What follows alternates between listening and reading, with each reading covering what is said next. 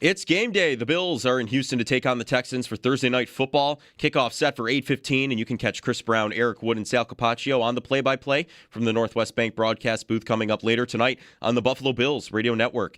Injury update for the Bills. We'll hear about elevations later today, but Dalton Kincaid, Curtis Samuel, and Mecole Hardman are all going to be out. And Texans head coach D'Amico Ryans ruled C.J. Stroud out with a concussion for tonight. Safety Jalen Petrie as well with a concussion will be out. And linebacker Jamal Hill with a hamstring injury will be out as well. That's your Barnes Firm Injury Report, brought to you by the Barnes Firm. Injured? For help, call 1-800-8-million. The Sabres collapsed in the third period last night, allowing 4 unanswered goals and fall to Calgary 6-2 in regulation. Get a little too high on ourselves after a couple wins. I think we're better than we are, instead of remembering what got us those wins. Sabres are back in action tomorrow against the Blackhawks at KeyBank Center with a 7 o'clock puck drop. Around the NFL, Shedeur Sanders will start for the Browns this weekend as Dylan Gabriel is still in concussion protocol. Bears head coach Ben Johnson confirmed he believes Luther Burden has earned more playing time. Chris Godwin, the fibula injury, was limited in practice, and Bucky Irving with a foot and shoulder injury were limited participants in Wednesday's practice for the Bucs. Micah Parsons with a pectoral injury was limited in Wednesday's practice for the Dallas Cowboys as well. That's your Paddock Chevrolet Sports Update. Paddock Chevrolet, celebrating 90 years of being your hometown dealership.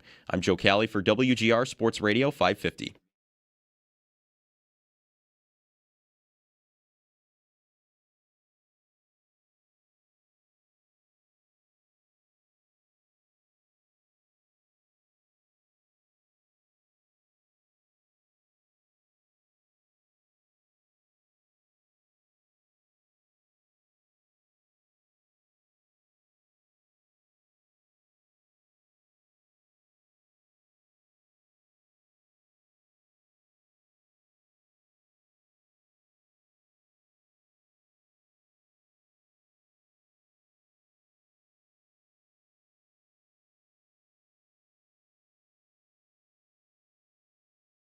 Every week. You have to take shots at these safeties, and to win, you have to hit. Take shots. Let him play free. Let him play loose.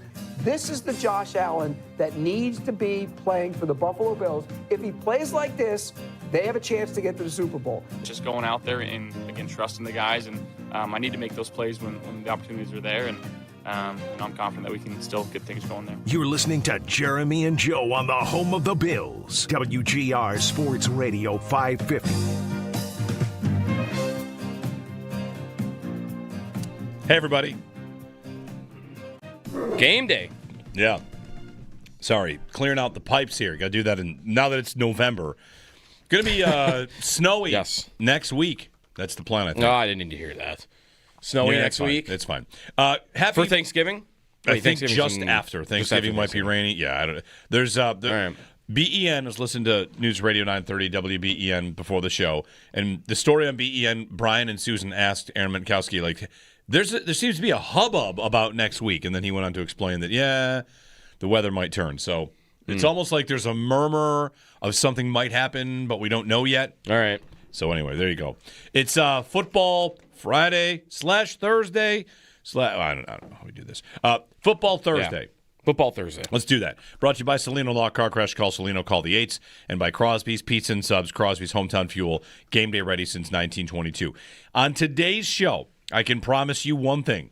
We are going to set the record for guests joining us from Houston. We have 4. 4 from Houston. Yes. Sal Capaccio. 8 o'clock. Chris Brown, 8:30.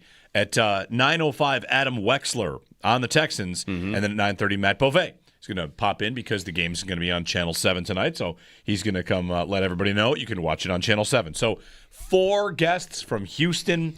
I'm very positive that's never happened before, except for when GR would have gone to the last Super Bowl that was in Houston, in which case the entire show would have been from Houston.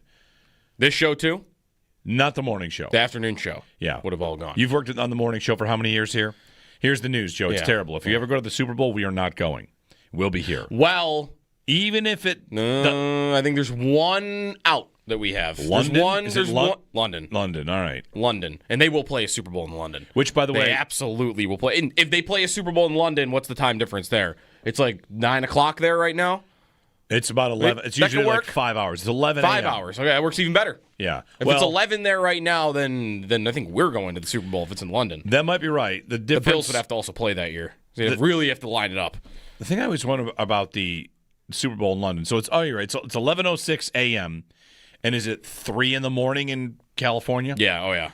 So no chance of that. It's an 8-hour difference. Mm-hmm. What's the earliest they would put a Super Bowl on a Sunday? Is it 4 o'clock?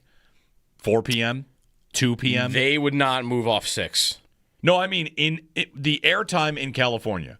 It would be on television. The earliest they would go with 1 p.m.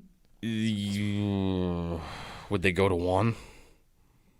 There's a 3-hour difference? Well, there's an 8-hour difference between London and San Francisco. I see. So okay, I see you tell me the time the game will start in London for them to accept San Francisco and California's start time on television. I would say they would start it at...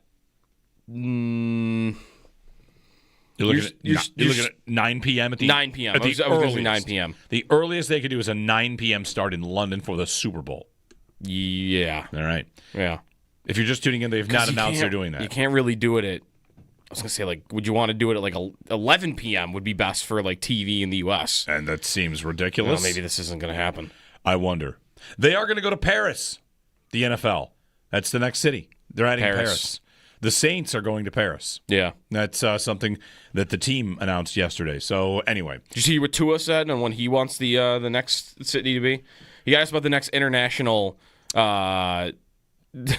place they'll play. He wants to play an NFL game. Okay. Hawaii. That's not international, but not okay. international. I thought Honolulu might be his answer. No, yeah, it was Hawaii. I feel like everybody involved would say, say, and then someone let's followed do up that. and said, well, what about somewhere in Europe? And he said Jerusalem. So, also not technically in Europe. So, I don't think Tua's playing in Europe anytime soon. All right, fair enough. 803-0550 and 1-888-550-2550. I could go for a Paris Bills game. Paris is not necessarily a... Does it not feel like a city that would take well or take kindly to the Bills Mafia type of forte when it comes to breaking tables and squirting ketchup and mustard on people? I feel like Paris feels like they're above that. Or am I making too many generalizations about Paris? That's a good question. You know, a little hoity-toity maybe, Paris, compared to like Dublin. Would they want to come out and just see people get thrown through tables and stuff? I think they would look at that and be like, get these people out of our city. Maybe. This is ridiculous. We're never having an NFL game again. Well, we've got plenty for you. The Bills and Texans play tonight. It's a football Thursday. You can join us. Paul Hamilton will join us at 7 o'clock to recap last night's Sabres game, which, if you want to do that quickly, we can. I think we have a must-win curse. Well, I think if we call it a must-win, they're going to lose. Fair enough. Sure. It's a fireable game. Yeah, someone should get fired. It's a fireable game. Someone should get fired. It's unbelievable they lost that game. And the fact they lost it 6-2. They got blown out by the worst team in the league at home and said that the other team wanted it more. And somebody should get fired. Really? Right. The general manager should, of course, be fired soon. Yes. As soon as possible to get anybody thinking the organization is taking anything seriously. The general manager, why should he be fired for last night's game? Well, he shouldn't be fired for last night's game. When he fired Don Granato, who had led the Sabres to their best season of the drought the year before, when he fired Don Granato, he said, I know what the answer is, and he pounded his chest or the table all about accountability. The whole thing was accountability. And they've only gotten worse, and they say that they think they're too good. Tage Thompson last night, one of the comments, we've heard it before from them, we win a couple of games, all of a sudden we think we're too good. Lindy Ruff, I think we thought it was going to come easy. Matthias Samuelsson, too many passengers. 2 years ago, the GM fired a coach that had some a good season. A good season. Not many people have good seasons over there. They fired Granato, said, I know the answer, and they've gotten worse, and their accountability is probably less. Maybe less. So he should have gone probably long before that move, and he should probably go. And now you're in last place. In the East. You're losing to last place in the West at home after they played the night before with a backup goaltender. I mean, listen. It doesn't get worse than that. Can I catch that last place team in the West? Meanwhile, I saw in Elliot Friedman's 32 Thoughts, he is pointing out a few things. He's pointing out rebuilds and teams that went through the darkness, and his references are the Ducks, the Blackhawks, and then the Sharks. Like, the Sharks are still in it. But the Ducks and the Blackhawks, here's Anaheim in second in the West. Sharks are 7-2-1 though in their last 10. All right. So like they're having a season. Here are rebuilds that work. Yeah. Once a month, I'll get someone suggest to me on Twitter that the tank was like some sort of karmic problem. Yeah. While watching every other team that goes through absolutely scorched earth rebuilds just bounce back up like it's designed to do. Yep. You're supposed to do that. And the Sabres, the only team that, of course, doesn't do that. You know, what could you rant about? What could you say? Imagine if nothing left. You watched a New York Jets game and the New York Jets players said something like, "We just think we're too good." You're the Jets. It would get mocked so relentlessly the next day. Out of this world. You're the Jets. The Jets have had more success. The Jets have had competitive teams that were close to a playoff spot. I feel like, does this drought include? Have they? How many times have the Jets been close? They've probably been closer than the More Sabres. than the Sabres have been, right, because the Sabres have only been close once. Right. In the NFL terms, the Sabres have been within one game of the playoffs one time. Yeah. And, like, how many times within 2 games of the playoffs? All right, it might be the same, because the Jets only had more than 7 wins during this stretch here. Oh, they did have an 8-8 season. Okay. And then they had the 1-10-6 season. Oh, they missed. Yeah, where they missed here. Yes, that's right. That's right. So that's it. That's their Granado year. Meanwhile, every Sabre season by NFL terms is what, 6-10? Like, not close. They really are the Jets. They're really rarely close. The Jets are 5-7, 7-4, 2-7. There's a number of wins. Like, it's they're never close. Imagine the Jets players saying, "We think we're too good." That's the problem. The problem is we think we're too good. All right. I don't know. There's nothing left to say. Like, you can't lose to Calgary. There's nothing else. You cannot lose to Calgary. They lost 6-2 to the Flames. Yep. Who had started a goaltender that you gave them for free 2 years ago, by the way. If that adds insult to injury. Not that anyone thought Devin Cooley was going to be like an NHL goaltender, but there he is. You got some high school player probably across the country that's scoring 5 goals. Great. You also had a goal disallowed that was kind of bogus, but hey. That is definitely true. Is what it is. You have some injuries. You've got a lot going on, but, you know. Hey. But not enough injuries to excuse losing to Calgary. Home loss. Darlene is there. Tage is there. Tuck is there. Yep. McLeod, Doan. You've got players in the lineup. Darlene, your Rochester guys are the ones that are scoring on a night-to-night basis. So, I'm past the injury excuse at this point. That's a loss that tells me you're a bad team. And what happens on bad teams, especially when the GM's been here for 6 years, usually that guy in the NHL gets fired. Yep. Worst goal differential in the East. For a while there, they were kind of, hanging around in the middle in that department and losing overtime games. Yep. But, well, there you go. I said to you earlier this week, I'll let you know the next time they make me feel something. Like, like something could go good, something could go well, good could be in the future, because I need, right now, probably like 8 wins in a row. That's what I need. To get back on the Lindy's 5 pace, which we've been, tracking that a little bit. That's Lindy Ruff's goal of 6 points in every 10 games. 6 wins. 6 out of every 10 points. That's what I'm trying to say. Yeah. 6 out of every 10 points. Yep. If they win their next 5, they are still behind that pace. If they win their next 6 in a row, they are behind that pace. They will need to win 7 games in a row right now to get back on the 6 out of every 10-point pace. You have to win 7 straight. Meanwhile, you lose to teams like Calgary and St. Louis. I mean, you are a team like Calgary and St. Louis, so I guess we should expect it. Right. That's part of it. Utah is slumping miserably, and their 2 wins are against you. Right. So, yeah, they still haven't beaten a team other than the Sabres, I think, in like over a month or about a month or something. Yeah. Right, like when you play St. Louis, like those are games where you can prove you're not like them. Like, no, we are actually better than teams that are at the very bottom of the standings. And then you play them, and then you realize, no, they're not. They're not any different. And guess what happens? What will the Blues do? What will the Flames do? They will mix in wins against good teams because there are 82 of them, and that happens in the NHL. So the Sabres are going to win some games against good teams, and they're going to lose a lot more, and they're probably going to be near the bottom of the standings this year. That's like, it's pretty I think it seems pretty predictable right now. Yep. So they're even getting, last night maybe it wasn't one of these games where they got good goaltending, but they let a puck in from like the side of the net. Ellis did. But otherwise, you're getting good goaltending this year, and it's still happening. Nothing can go right. I would say it's always something different. I would say they should tank, but they're doing all right on their own. But that would involve like trading talk, maybe trading Tage. Well, they might get the trading talk. They definitely no might get what. the trading talk. Trading Tage. But I guess, are you trading? Do it now? What? Trading anybody? Whatever. You want trade talk now? Is that the difference? That would be the difference between like if you really want to like sink into we're going to the bottom, then you don't. Well, let's keep going here and see if we can get back on track. It's no, let's shop talk right now. Depends what the offer is. If the offer is better today than you think it will be in February, then sure. That team is getting 30 more games of him than they would at the deadline. You would think. There might only be one buyer as opposed to maybe 5 buyers, though, so we'll see. So anyway, there you go. Sabres lose. Bills are back at it tonight, and the report from Cover 1 is that Keon Coleman will be scratched for another game, a second consecutive game. And I think the reaction, so yesterday we took some calls on Coleman, and this week it's been about he's young, he's immature. What is the explanation now? Because I don't think it's for another disciplinary miss. Because 2 receivers are now down also. Yeah.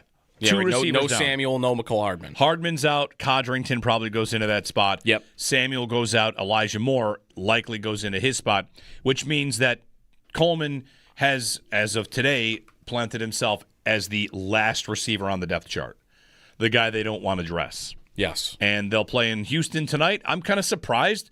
I guess I'm surprised that I'm not surprised. I thought, all right, injuries, he can get back in. It's an opportunity to, show himself again. And instead, they're telling him, you are the last receiver on our depth chart. And we're not. It's a bigger message.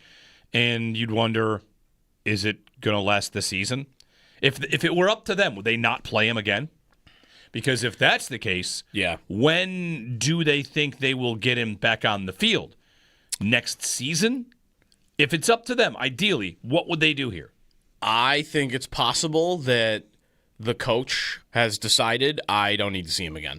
I said that early in the week, for my own psyche. I don't need to see him again. I wonder if McDermott is in the same place.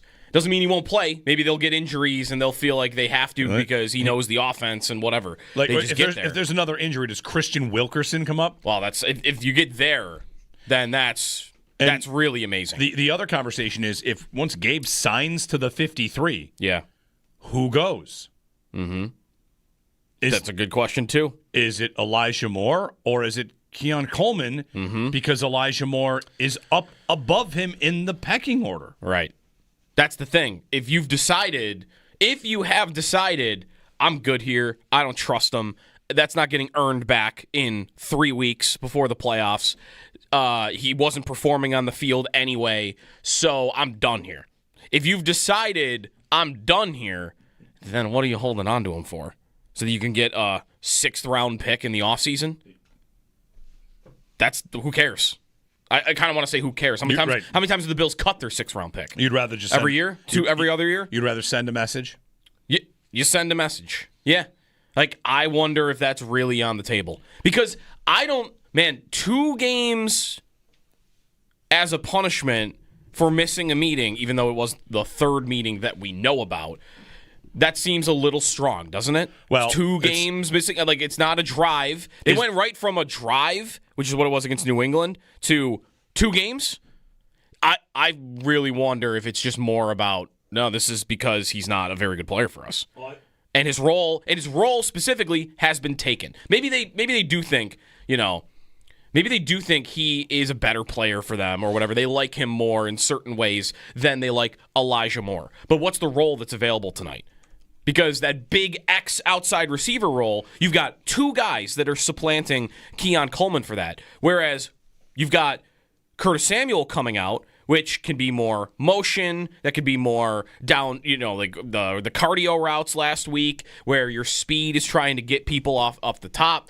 It could be about, he's not necessarily above Moore. He's competing with Gabe and Shavers. Okay. That's what it is, and he's 3rd. Does that have a roster spot to do that? The 3rd outside receiver? Yeah. It hasn't this year. It hasn't in years past either. Right. In years past, it's been a very tenuous position where It's Jake Kumro, the guy that's the third outside receiver. He's plays usually the special teams. Yeah, and I guess that's Shavers. That's Shavers. Shavers has really made it tough for him because Shavers is doing two things for them. Mm-hmm. And he's performing on the field, at least as of last Sunday. Well, McDermott will be asked about it. I don't get the impression that this is a 2-game suspension for missing another meeting. It might be. No one ever really asked specifically. When he was asked if Keon would start or get back in the lineup, he said, we'll take it day by day. So he could have said, no, the suspension has been, it's a 2-week suspension. He could have been deciding something else could have happened this week. I mean, there's a lot that could have happened. But ultimately, if he's not in the lineup, I want to know who comes off the team when Gabe gets signed to the 53. Because Gabe, they have 2 more elevations. Right. And they might not waste their time. They might just sign him to the 53. And Hardman's on the 53. So at the moment, you already are sitting with 7 wide receivers on the 53-man roster, which, we could ask this to Sal later. I think that's kind of rare for them, isn't it? They carrying 7 through a season like this. So 8 clearly is not happening. 8 is nuts. So it would be a receiver that comes off. And, I really wonder if it could happen this year. And that will happen in 2 weeks, right? Because we get 2 more Gabe Davis elevations before they'll have to make a decision. So I really think it's possible. They would send a message and all at the same time dump the receiver they think is the least valuable to them right now. If you're trying to win a Super Bowl and you're looking at the roles of your receiving core and who's performed for you, not that Samuel's performed well or that Moore has performed well, but again, I want to make the point that they are different types of wide receivers. And if you are thinking we can't roster 3 big outside X receivers, it just doesn't make any sense. I'm sorry, Gabe Davis and Shavers stay and Keon goes. That's how it should work. 803-0550. And your pick tonight on the Bills and the Texans. I've got an interesting conversation to bring up to you. A question I was asked on Houston radio yesterday that I liked as a question about the Bills and their fans that I'll bring to you and everybody listening. So anyway, it's a football Thursday, and what week is this in the NFL? This is week 11, 12. Yes. It's week 12, yep. Week 12. All right. Week 12. Here it comes. Season's really flying. Yeah, and Colts-Chiefs is a huge game. And, I want to say I'm about as excited for that game as I am for tonight's game. And Joe Burrow practiced in full. Yes, he did. He's going to play against the Bills in a few weeks. Yes, he is. That's for sure. He's also going to play against the Ravens on Thanksgiving. Which is... you practice in full. I think you're playing in a week. Isn't it pretty crazy he's coming back? What's their record? 3-7. 3-7? Yeah. And he's coming back? If you are afraid of the Burrow Bengals, you're lucky they're 3-7. Their last 2 losses were kind of close. Or 2 of the last 3 losses were close. Yeah. They almost stayed alive at 5-5. They lost to the Jets. They lost to the Jets by 1. Yep. They lost to the Jets being up by double digits in the fourth quarter. And then, how did they lose to the Bears? Wasn't that crazy, too? What was the Bears? Yes. There was they missed a tackle on the last drive. Uh-huh. Loveland, right? Loveland broke away. And the Bears scored 47 or something like that? 47-42. There you go. Yeah. 803-0550 is our phone number if you want to offer a thought on the Sabres losing to the Calgary Flames at home on a back-to-back and their backup goaltender and saying that they had too many passengers. Go for it. We'll take those calls. And then the pick on the Bills and the Texans, what you want to see tonight, and whether or not, you think you'll see Keon Coleman again. Because the report is he will not be suiting up for a second consecutive game. They get a mini bye. I don't know. Does he just come to practice every day, even when they have off days? Like, hey, you're gonna come here and work out 10 straight days to get back in. Who knows how they're treating it? But man, 2 games gone. What a colossal collapse this has become for him. 803-0550. It is Buffalo Bills Football Thursday. We're calling it. Brought to you by Solino Law. Jeremy and Joe with plenty of coverage and lots of guests on the way from Houston here on WGR.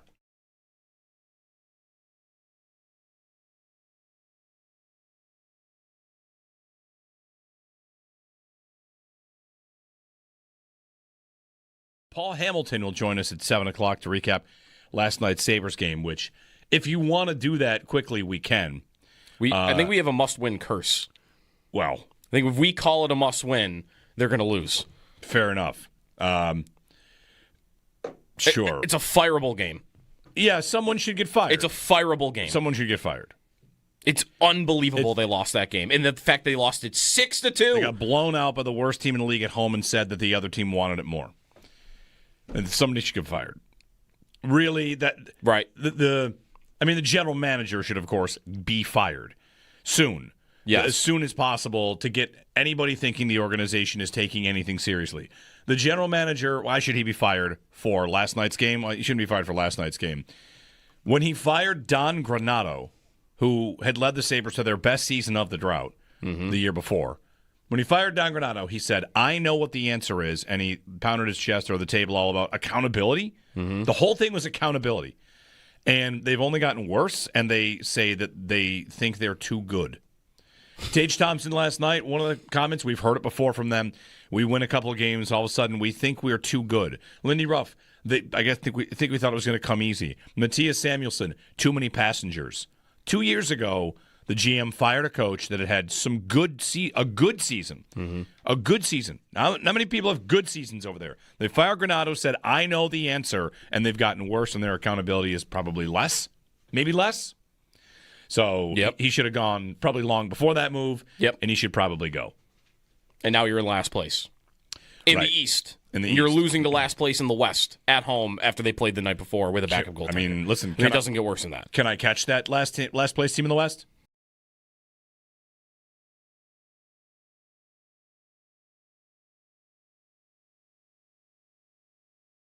Bills are back at it tonight, and the report from Cover One is that Keon Coleman will be scratched for another game, a second consecutive game. And I think the reaction, so yesterday we took some calls on Coleman, and this week it's been about he's young, he's immature.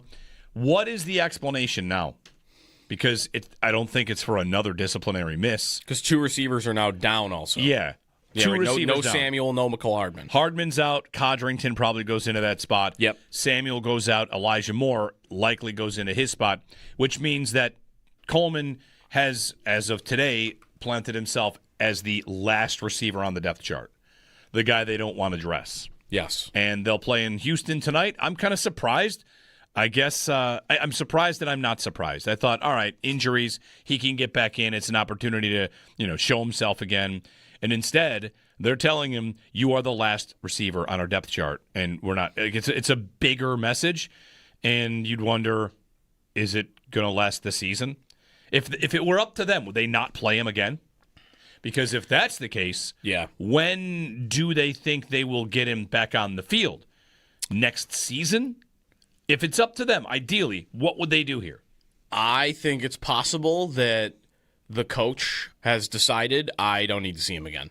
I said that early in the week, for my own psyche. I don't need to see him again. I wonder if McDermott is in the same place.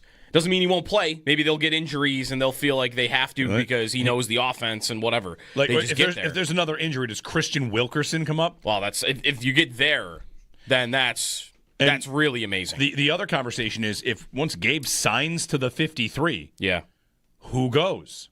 Mm-hmm. That's a good question, too. Is it Elijah Moore or is it Keon Coleman? Mm-hmm. Because Elijah Moore is up above him in the pecking order. Right. That's the thing. If you have decided, I'm good here, I don't trust him, that's not getting earned back in 3 weeks before the playoffs. He wasn't performing on the field anyway, so I'm done here. If you've decided I'm done here, then what are you holding on to him for?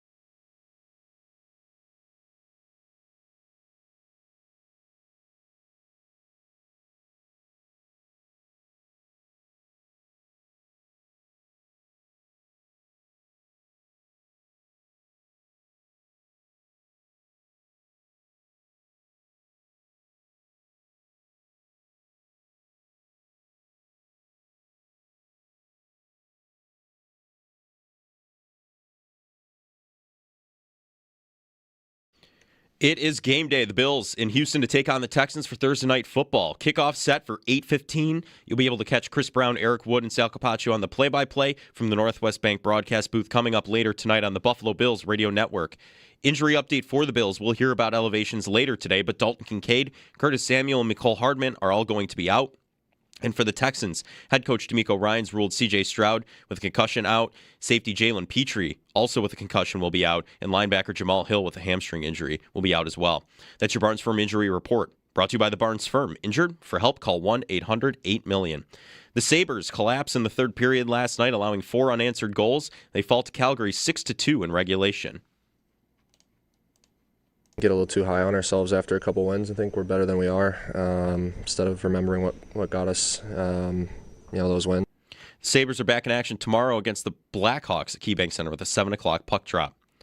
Those are your Paddock Chevrolet sports headlines. Paddock Chevrolet celebrating 90 years of being your hometown dealership. I'm Joe Cali for WGR Sports Radio 550.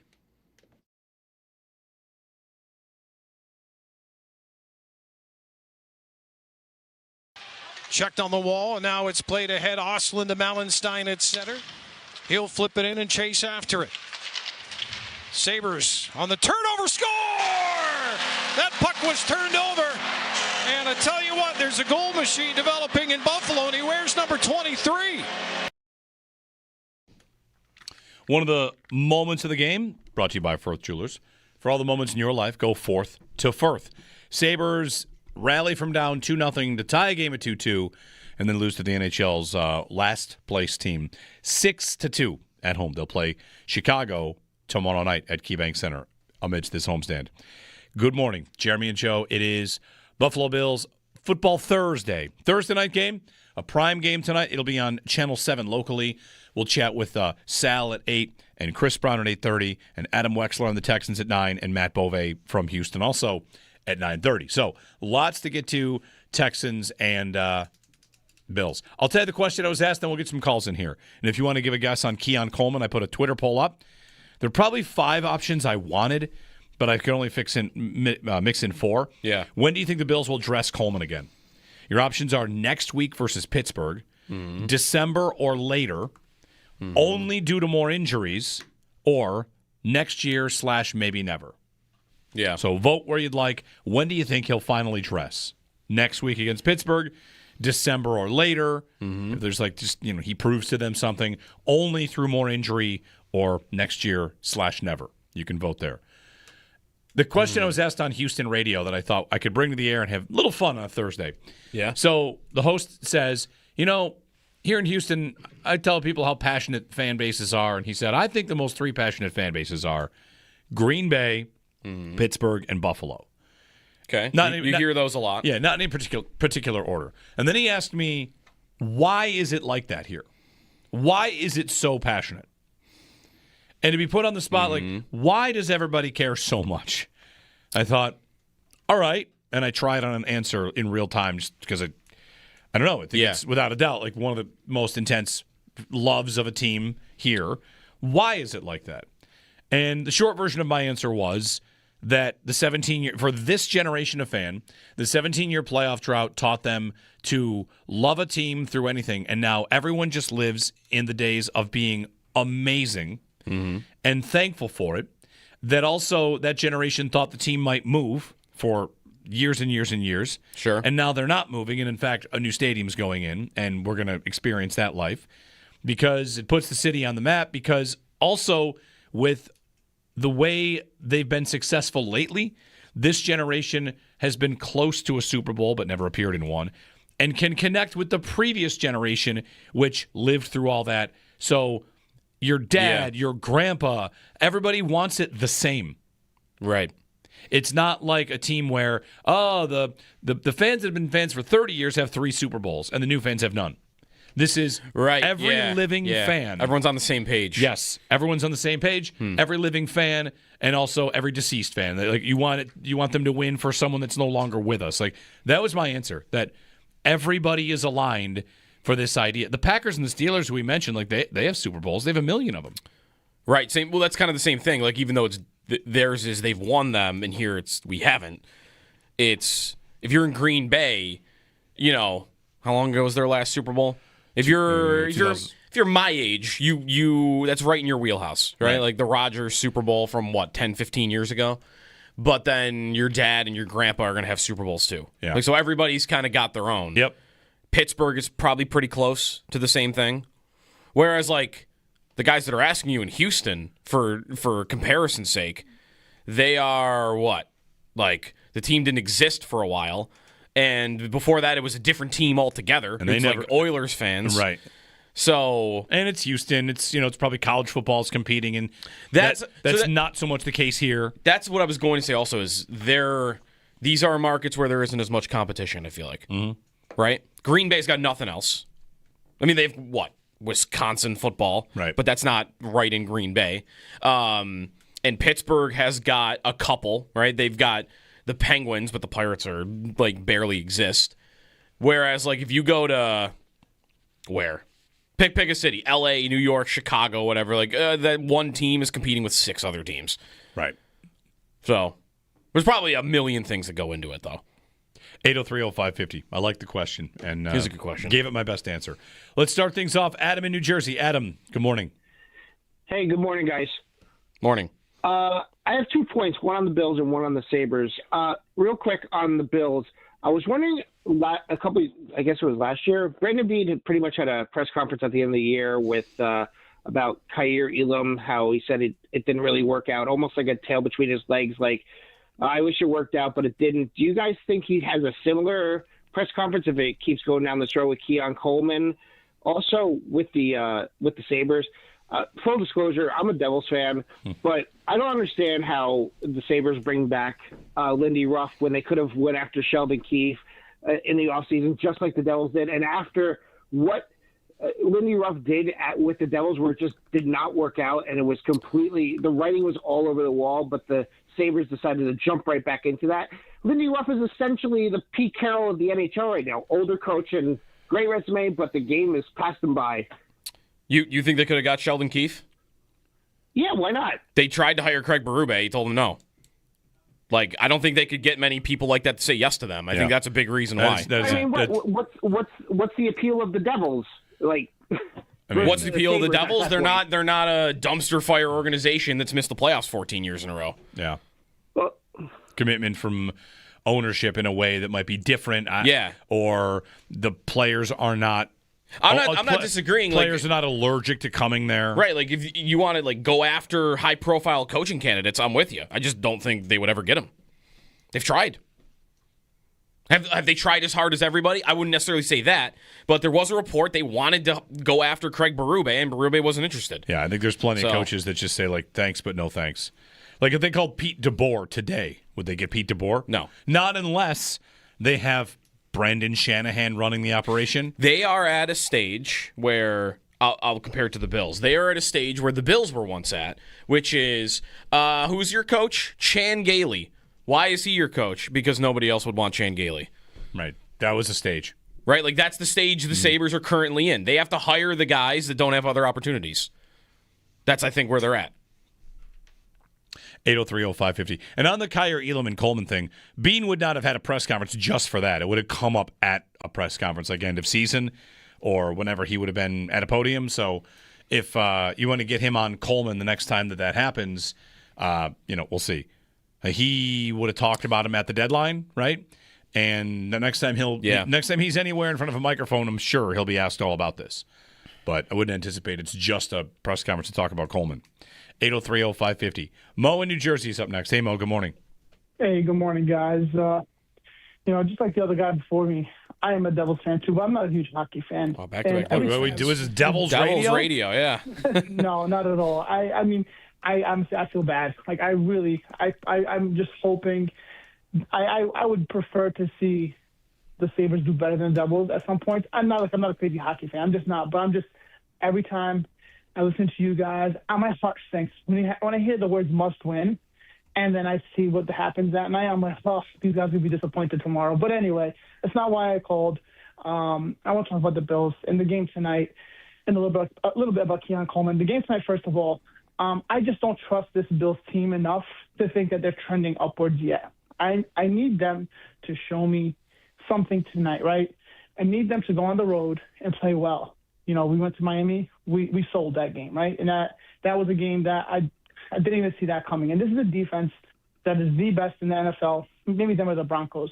But with regards to the pass rush, they have two of the best defensive ends on one team that I think in the NFL, and they're going to give Josh Allen fits. This year, he has not done well under pressure. And, whatever it is, if he can continue to play the way he played last week against this Houston team, I'll take a couple of turnovers if he's going to give me 4 touchdowns, right? Because then I like our chances. But I think the one thing that I'm going to hang my hat on before the game tonight, right? Tomorrow might be a different story, is our offense looked better without Keon Coleman. And I'm not a guy, I don't hate Keon Coleman. He's a young kid, right? And I do think that he has better days ahead of him as long as he can get his head on right. I don't think this is the end of the story for Keon Coleman, but for this season, if Gabe Davis continues to play well, I'm going to assume Gabe Davis is going to be in the lineup tonight. As long as Gabe Davis can play well and the offense looks better. I'm not saying like 2 years ago, if you would have told me we're hanging our hat on Gabe Davis playing well in week 12 of the NFL season, I'm like, what are you talking about? But this is where we're at, right? For this season, if the offense continues to look better, I think maybe for this year might be the end of the road for him, but it's not the end of the story. Thanks, Mo. Yeah. Davis will play tonight, by the way. Yes, that's like definite.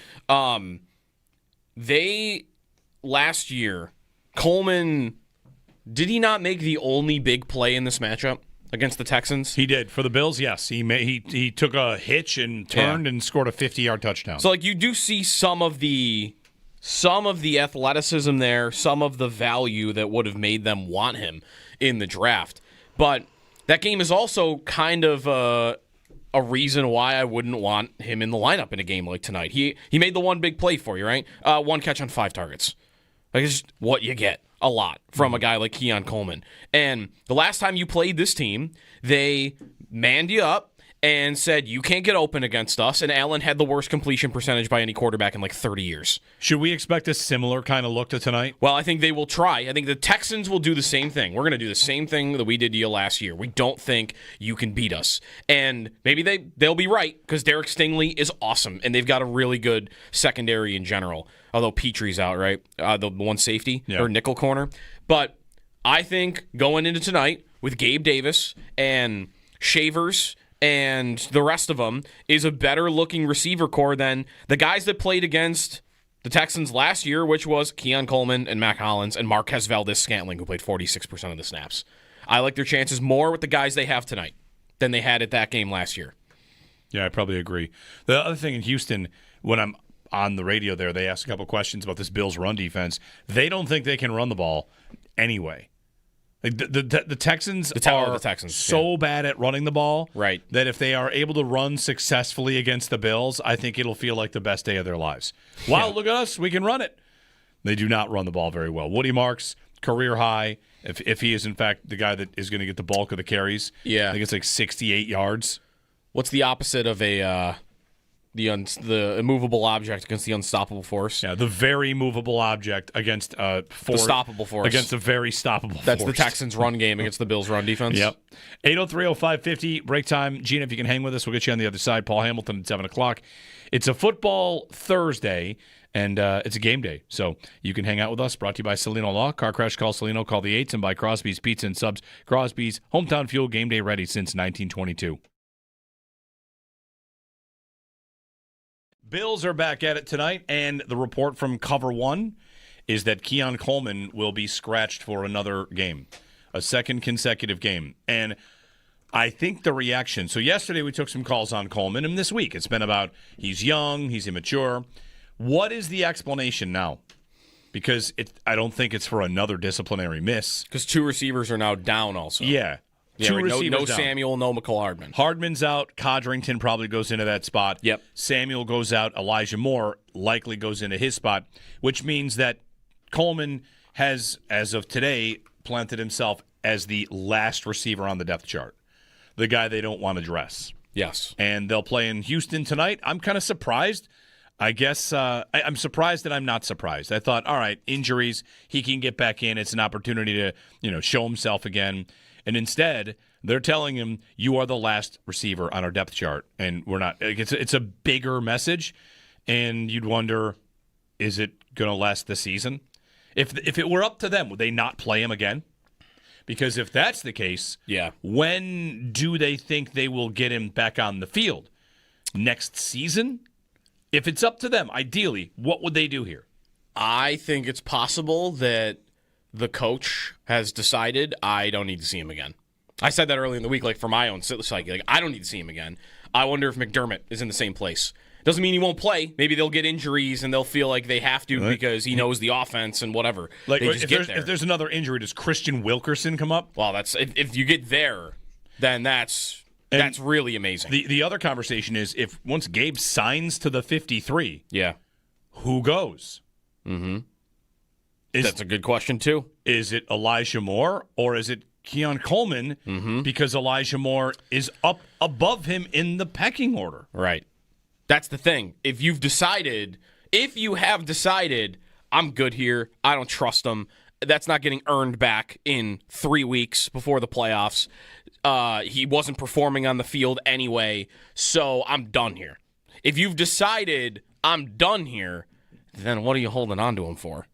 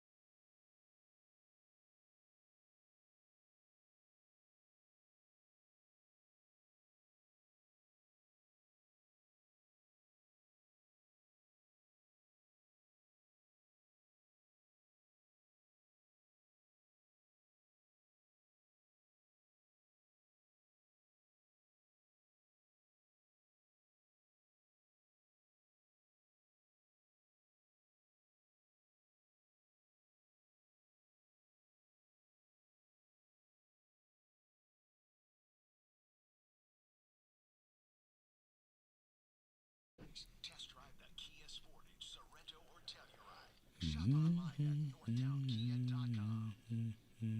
He's a competitor, so yes, he's going to start. And there's no way that he's practicing fully today if he's not going to start on Sunday. No Jamar, so that's going to be obviously a challenge. I don't think this defense has given up less than 30 since September. So, it's pretty much the same situation as last year. Is it smart I'm always of the vein, if the medical staff says he's good to go, Can't get worse. and the player says, I feel good, he's a competitor, he's going to go play. Dan Orlovsky on Joe Burrow, who practiced in full. It is Buffalo Bills. It's a game day. Bills and Texans tonight at NRG Stadium. We'll check in at 8 o'clock with Sal, who's in Houston, Chris Brown as well, and Texans reporter Adam Wexler at 9, Paul at 7. So good morning. Happy game day. Get yourself up. Get those fantasy lineups set. Yep. In New England, did you see the injury that Stephon Diggs has been playing through? Broken finger. Fractured finger. He had 100 yards last week and a touchdown. Didn't have a touchdown last week, but 100 yards. He's playing through a broken finger right now. Sweet.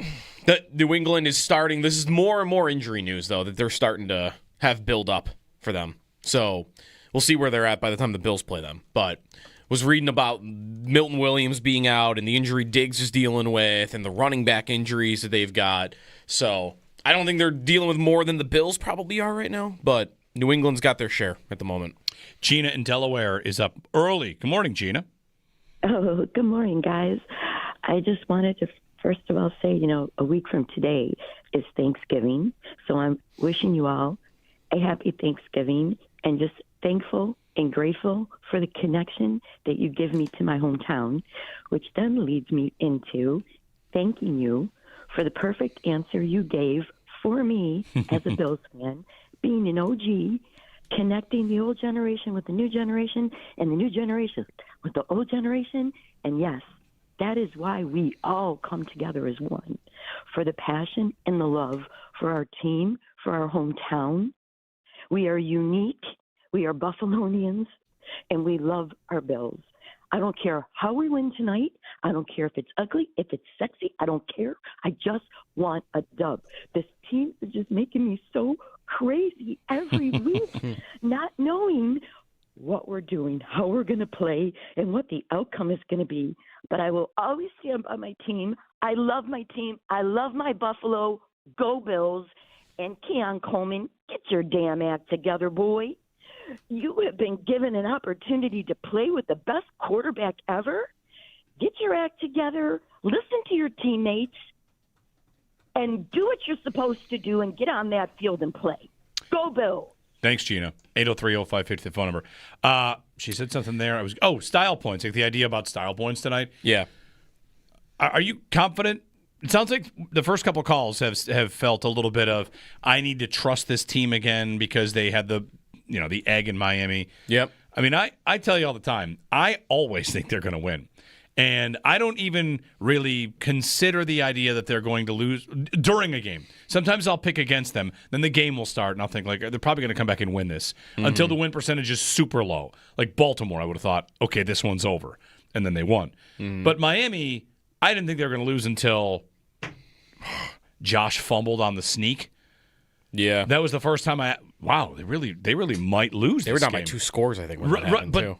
Right. In Baltimore, the flea flicker, goofy play, I don't think they're out of it. I always think they're still in a game when it's happening, even if I think they're going to lose the game before the week. This week, I just think they're not going to lose to Davis Mills. They're just not going to lose to Davis Mills. Josh and the offense will have a very big test, and I'm also right there on style points. Like this team held the Rams to 14. Yeah. That's pretty good. So I think they'll be fine. I think the Bills ultimately win the game like 24-16. But again, in part of what tonight could give you confidence is if you're one that thinks, like yesterday, Dan Orlovsky's one of the people, the fatal flaw of the Bills is their run defense. Oh, good news, the Houston Texans. Tonight is your game. You'll be fine. Like, this team that you're playing cannot run the football at all. So, what are you worried about with them? You're worried about just being... The only thing you could be worried about tonight is if Houston finds a way to hold the Bills 13 points. Which is in the cards, right? They are good against the run. They are good against the pass. The thing that gives me pause on that is that Tampa came in with the 6th-ranked defense, and the Bills look great. Right. Now, they lost a starting corner along the way. Right. And that's a home game, too, where this is on the road. So On the road and a short week. Short week, road, tough defense against. It wouldn't shock me if the Bills are held under 20 in this game. And can they win with less than 20? I think so. I think they can. Man, how many times have they been held under 20, though, in years? In the Josh Allen era? Even in these years where their offense doesn't look perfect. How many times have been below 20? Well, twice this year. Yeah, that's true. 14 against Atlanta, right, and 13 against Miami. Yep. They're going to go under it for a third time? I don't think so. I think they'll be okay. I think they'll get above 20. Yeah, and I think if they are under 20, I don't they think can Houston still win. will. I don't think Houston will get above 20. 803-0550, 1-888-550-2550. Davis Mills, Nico Collins, a couple of rookie receivers. Jaden Higgins has started to get some targets. Mm-hmm. You might see the fantasy community start to notice him. He's had 7 targets each of the last 2 weeks, I think. Mm-hmm. So he one of their 2 Iowa State receivers. They drafted 2 receivers in the same draft, Joe. Huh? How about that? 2 in the same draft. 803-0550. We'll check in with Paul after the Sabres loss from last night with too many passengers. And I wonder which Paul we're going to get. Are we going to get the Paul after they lost? What was that road game? Colorado? He was so defeated. He was in a bad spot. And I'm eager to hear Paul today. How is he after this Calgary loss? 6-2, not to Colorado, but to Calgary, which is tough. Quite tough. 803-0550. It's a Buffalo Bills football Thursday, and you can join us. Your pick of the game, your thoughts on what to do with the Keon Coleman situation. When will we see him again on the field? Jeremy and Joe here on WGR. He said, I think the most 3 passionate fan bases are Green Bay, Pittsburgh, and Buffalo. Okay. You hear those a lot. Yeah, not in any particular order. Jeremy, and what then he asked me, FanDuel Sportsbook, why is it like that here? Why is it so passionate? And to be put on the spot, like, why does everybody care so much? I thought, all right, and I tried on an answer in real time just because I don't know. I think it's without a doubt like one of the most intense loves of a team here. Why is it like that? And the short version of my answer was that the 17-year, for this generation of fan, the 17-year playoff drought taught them to love a team through anything, and now everyone just lives in the days of being amazing and thankful for it. That also, that generation thought the team might move for years and years and years. Sure. And now they're not moving, and in fact, a new stadium's going in, and we're going to experience that life because it puts the city on the map, because also with the way they've been successful lately, this generation has been close to a Super Bowl but never appeared in one, and can connect with the previous generation, which lived through all that. So your dad, your grandpa, everybody wants it the same. Right. It's not like a team where, the fans that have been fans for 30 years have 3 Super Bowls, and the new fans have none. This is every living fan. Everyone's on the same page. Yes, everyone's on the same page. Every living fan, and also every deceased fan. Like you want them to win for someone that's no longer with us. Like that was my answer. That everybody is aligned for this idea. The Packers and the Steelers, who we mentioned, like they have Super Bowls. They have 1 million of them. Right. Same. Well, that's kind of the same thing. Like even though it's theirs is they've won them, and here we haven't. It's if you're in Green Bay, how long ago was their last Super Bowl? If you're my age, you that's right in your wheelhouse, right? Like the Rodgers Super Bowl from 10, 15 years ago. But then your dad and your grandpa are going to have Super Bowls too. Yeah. Like so everybody's kind of got their own. Yep. Pittsburgh is probably pretty close to the same thing.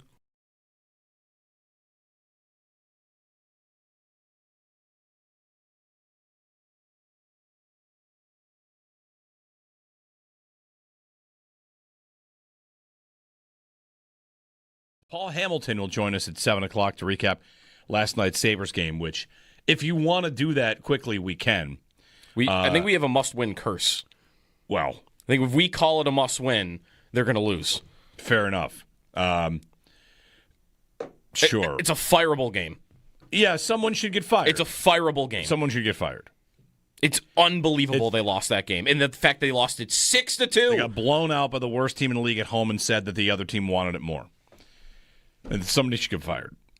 Really, right? The general manager should, of course, be fired soon.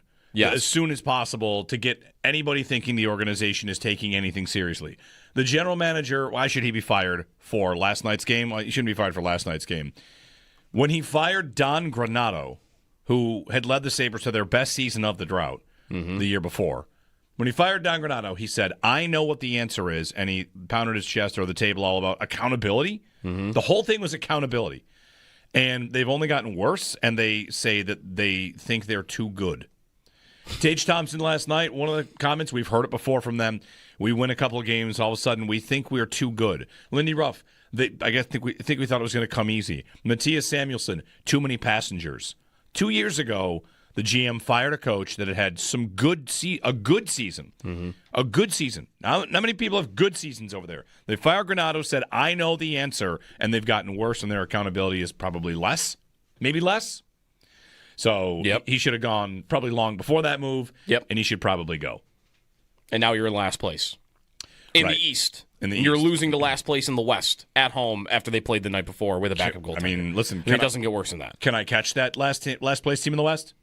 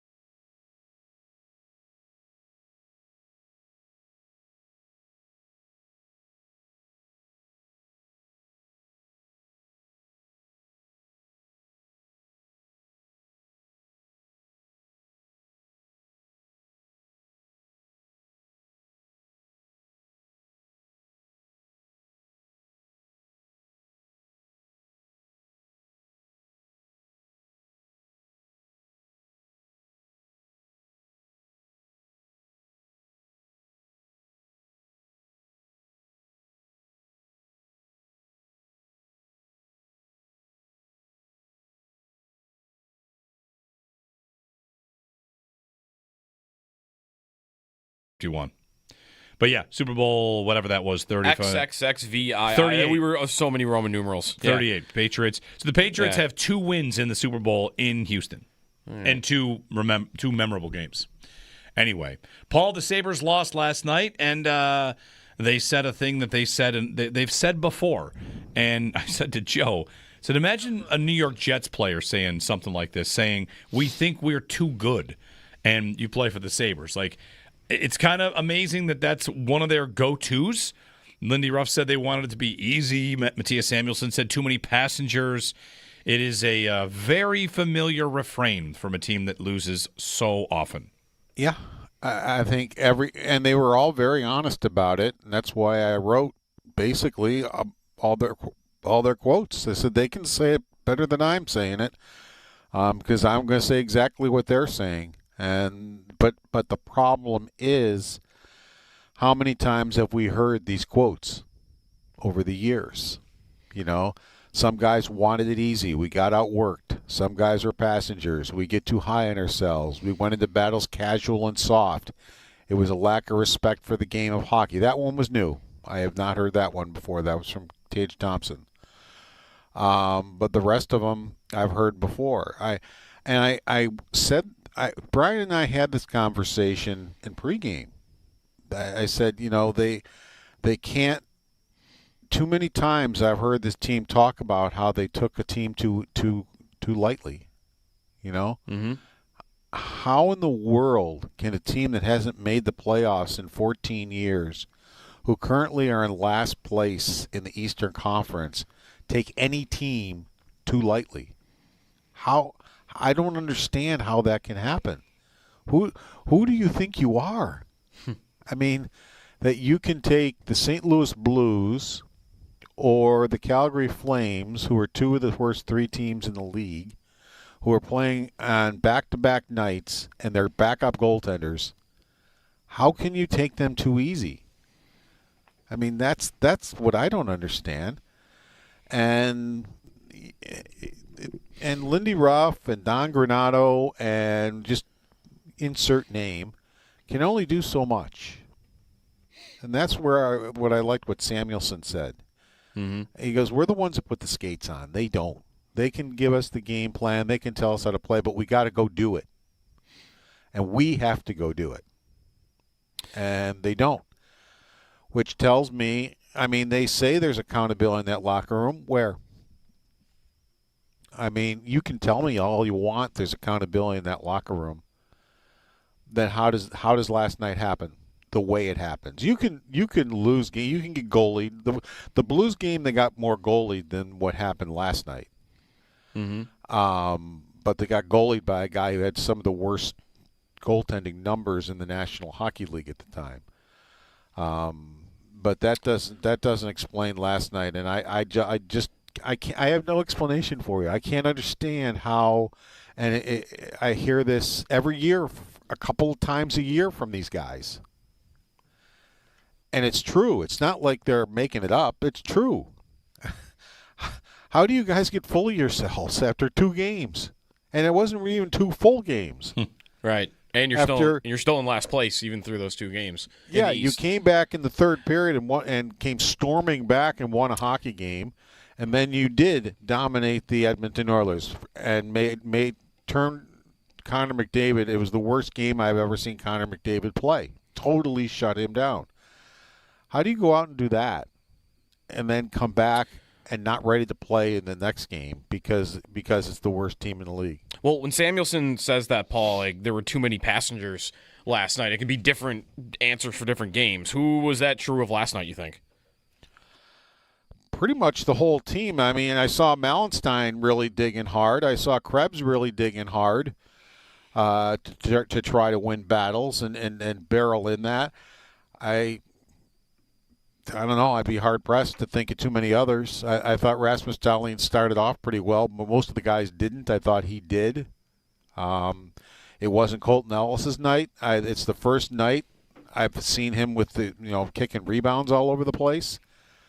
His rebound control is so good, And that was one of the things that really struck me watching him play is the rebounds are right around his pads, and he can cover it. He can move the puck. I mean, the first goal was a rebound that he had bounce out on him. It wasn't a typical Colton Ellis game either. So that's what I mean. It was from top to bottom that they just didn't show up as a team. It's as simple as that. And I'm here to tell you they're in the bottom of the Eastern Conference on merit. That it's not a fluke. I mean, they're not there because they've had so many injuries and so many bad breaks. They've had this, they've had that. They're there because they deserve to be there, because they are the worst team in the Eastern Conference right now. They don't need, and they don't need to be. The Edmonton game and the comeback in the Detroit game shows you that. All right, I understand injuries are part of it, but those two games show you that they can win hockey games, even with all the injuries, if they just go out and play the way they're supposed to play. You know, are they Stanley Cup contenders? No, but they can win hockey games. They don't have to be the worst team in the Eastern Conference, but part of the reason they are the worst team in the Eastern Conference is because they pull off stuff like this, where you don't even recognize them as hockey players.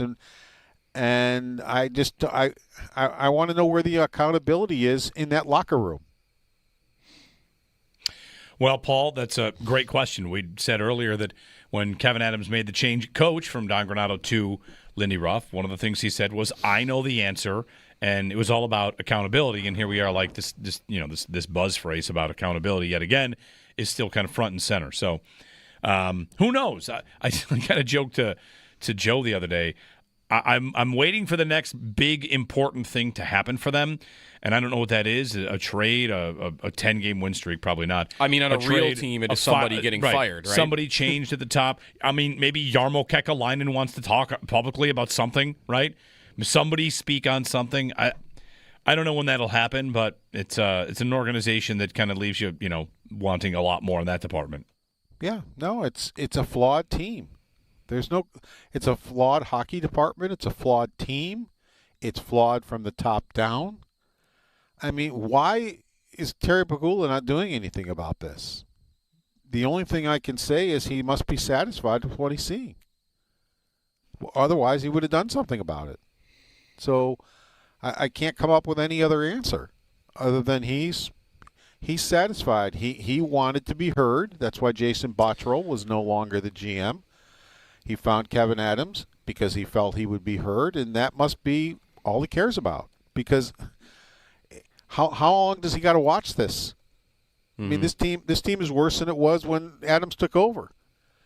So how long does he have to watch this before he does anything at all about it? And the only thing I can surmise is he's okay with it. He doesn't see anything wrong. Yeah, the best I could have to work for this, but I feel like the best I could do, Paul, is if I go back to the end of last year, did it sound like maybe even from Adams directly that maybe he didn't know if he was going to be back, and then maybe there was a consideration to moving on then? And if there was, that would get me to, well, then that's how I get a change this year. Is if they've already thought about it before, then maybe they would actually do it with the season going off the rails. Well, would they probably sell Terry Pegula in the off-season meetings? Well, we really, we can build on the end of the season where we did really well. We can build on that. That's what I would assume he got sold. Right. What's he getting sold right now? Injuries. I'm assuming. Right. I'm assuming that. Now, that's an assumption. I don't know. I'm not there. I'm not there when Kevin Adams talks to Terry Pegula. So I'm assuming, what is he getting sold now? Yeah, no, that's right. We have 5 forwards out. We have this, Darlene missed time. Kesselring missed time. I would imagine that's what he's getting fed now. Paul Hamilton on the joining us here talking Sabres. His appearance brought to you by Raylex. On to Raylex, we got this. Paul, where do we go from here with goalie? Ellis has 4 of the last 5 starts. Last night, as you mentioned, did not go well for him. For Elliot Friedman had an interesting blurb today in 32 Thoughts. which was that maybe Luukkonen is unhappy that he's not playing because he thinks it's costing him a shot at the Olympics. Not that he's looked great, I don't think either, in his 4 games. So, I don't know. Play better. Yeah. Right, play better.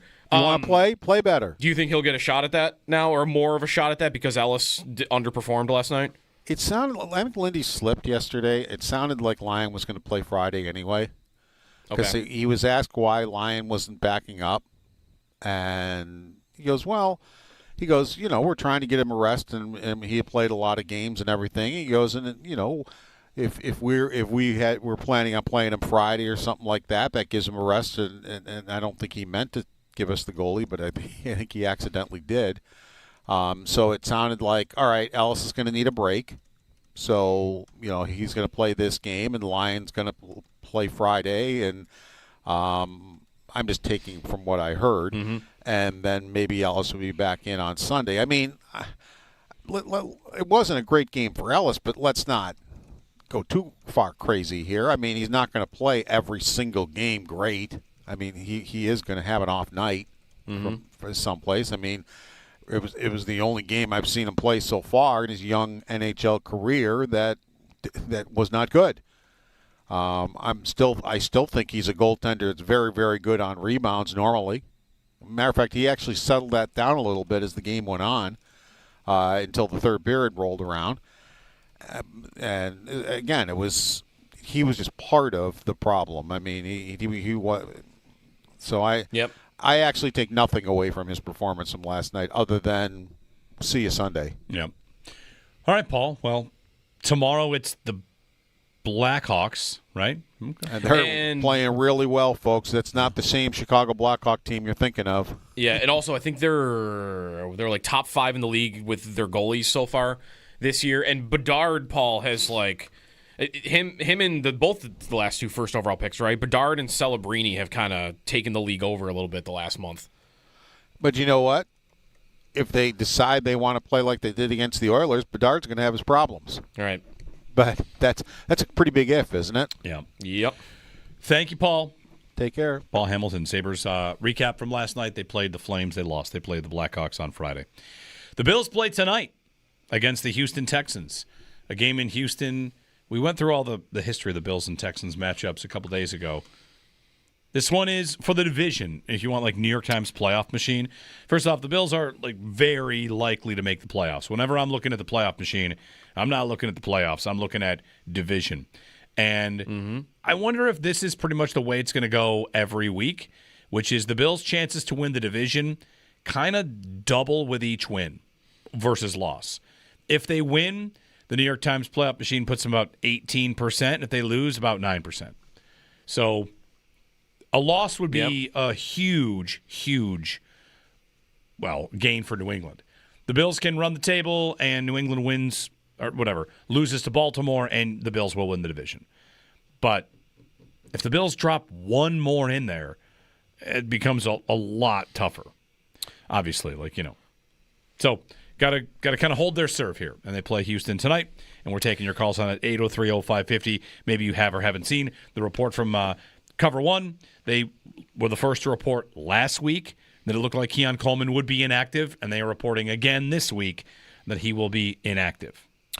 Do you know what division Josh Allen has the worst record against in his career? Is it the South? Well, there are AFC South. I've got multiple Jaguars losses, multiple Titans losses. 8-8, by the way, is the record. 8-8 against the South. Yep, and that includes the playoffs because they lost to Houston. Yeah. Yeah, he has a winning record against every other division, but the South, which is funny because hasn't that been the worst of the divisions during his career? But they always the Urban Meyer loss, right? Yeah. They lost the Jags in London. The Texans a couple times. Last year comes to mind for that. They got smoked by the Colts here. Jonathan Taylor had 5 touchdowns. It's weird because that division has not been good for 5 years, and they have their number. I do not think tonight will be one of those days, but I mean, it could. Let me put it this way. They've had dumber losses to this division, haven't they? Than what this game would be? It's hard. The reason I'm putting that out is because they have some of those games like the Jags. Like the Jags are not really great at anything. Houston's not great at anything. This is Not a good offense, but it is the number one defense in the league. Fair. And when they lost to the Jags with Urban Meyer, they were double-digit favorites, maybe? Yes, and the Jags weren't good. They were terrible at everything. So I still think the Bills will win tonight, and I think they'll win comfortably. But the Texans it's do weird some that things Allen well. has these dumb losses against this division specifically. Mark in Coconut Creek is next up. Hey, Mark, good morning. Hey, good morning. Hey, question on the coin toss. What do you think the Bills will do if they win the coin toss? Will they, try to take the ball and pick up the energy and the pace, or try to pin these guys back and make them make a mistake? And I'm just curious, when they make that decision during the week, and then also sort of what the trend might be, home versus away. If you guys have any info on that, I was just thinking about that. Thanks, Mark. The trend is the Bills always elect to kick. Always.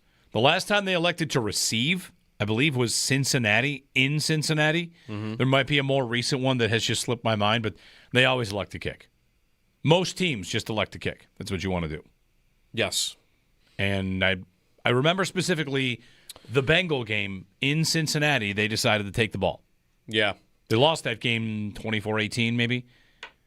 Yeah. Do you want to hear a wild stat on coin tosses, by the way, from this season? Yeah. The Carolina Panthers are 6-0 when they win the coin toss, and they're 0-5 when they lose the coin toss. Matters. Doesn't matter. Doesn't matter. No, I'm not worried about it. That is a wild stat. Didn't the Bills have a streak of winning the coin toss 9 in a row or something? Yeah, they had some wild streak going. Yeah, I mean, I don't know why. They lost the one coin toss in the last 5 years. Usually any talk of take the ball first is because usually, you tell me if I'm wrong here, the other team has a good offense. You want to make sure you get out in front early. Right? I've never heard of the idea of taking the ball first to get your offense out against the best defense in football. Usually it's the opposite. Usually what you want to do is let's get on the field to do what we can before their strength can get on the field. So in this case, it would be even more like, yeah, we'll kick. Definitely. And we'll see if we can get a 3-and-out from them and try and attack this defense from, the 40, the 50. Yeah, 100%. That'd be my guess. Thanks, Mark, for the phone call. But they always kick, and most teams kick all the time. Defer, sorry. The Bills... The key distinction there before everyone corrects me. They defer. McDermott, hasn't it happened like maybe 2 or 3 times throughout his career? This happened, it was the Denver game. Remember the Dorsey game that he got fired? That might be another one. They elected to take the ball. They took the ball and fumbled. Right, but why'd they do it? It was because things weren't really going well on offense. They were like 500 or right around 500, and let's just get off on a great start. Let's get rolling here. Yeah. And then they fumbled. Completely went the opposite way. But you could count on one hand, I think, the amount of times McDermott has deviated from his normal strategy. 803-0550, our phone number. A coin toss breakdown. The Texans are wearing their red unis. All right. Red unis with red helmets? I think so, like shiny red. Red pants? No. White pants? I think they're red pants. I could be wrong. All red? I think it's an all red uniform. I think my favorite it is all red, you're right. And it's kind of like a chrome red helmet. Yep. I think my favorite uniforms for the Texans is that H-Town logo they introduced last year.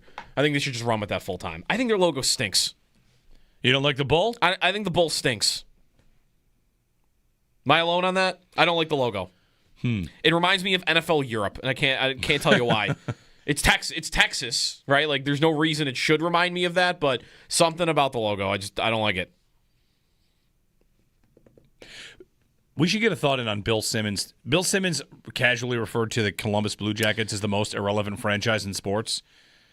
And we should get a thought in on that. Columbus Blue Jackets. Who is the most irrelevant franchise in sports?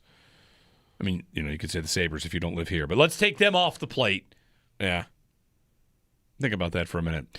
Sal coming up at 8 o'clock, and then from there we pretty much begin our tour of Houston. Houston guest in Houston.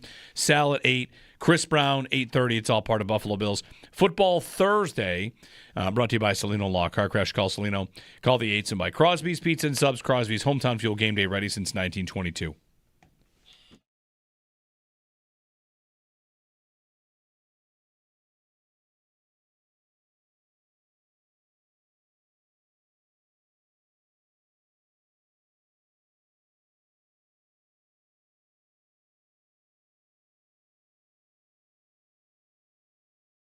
He said, I think the most three passionate fan bases are Green Bay, Pittsburgh, and Buffalo.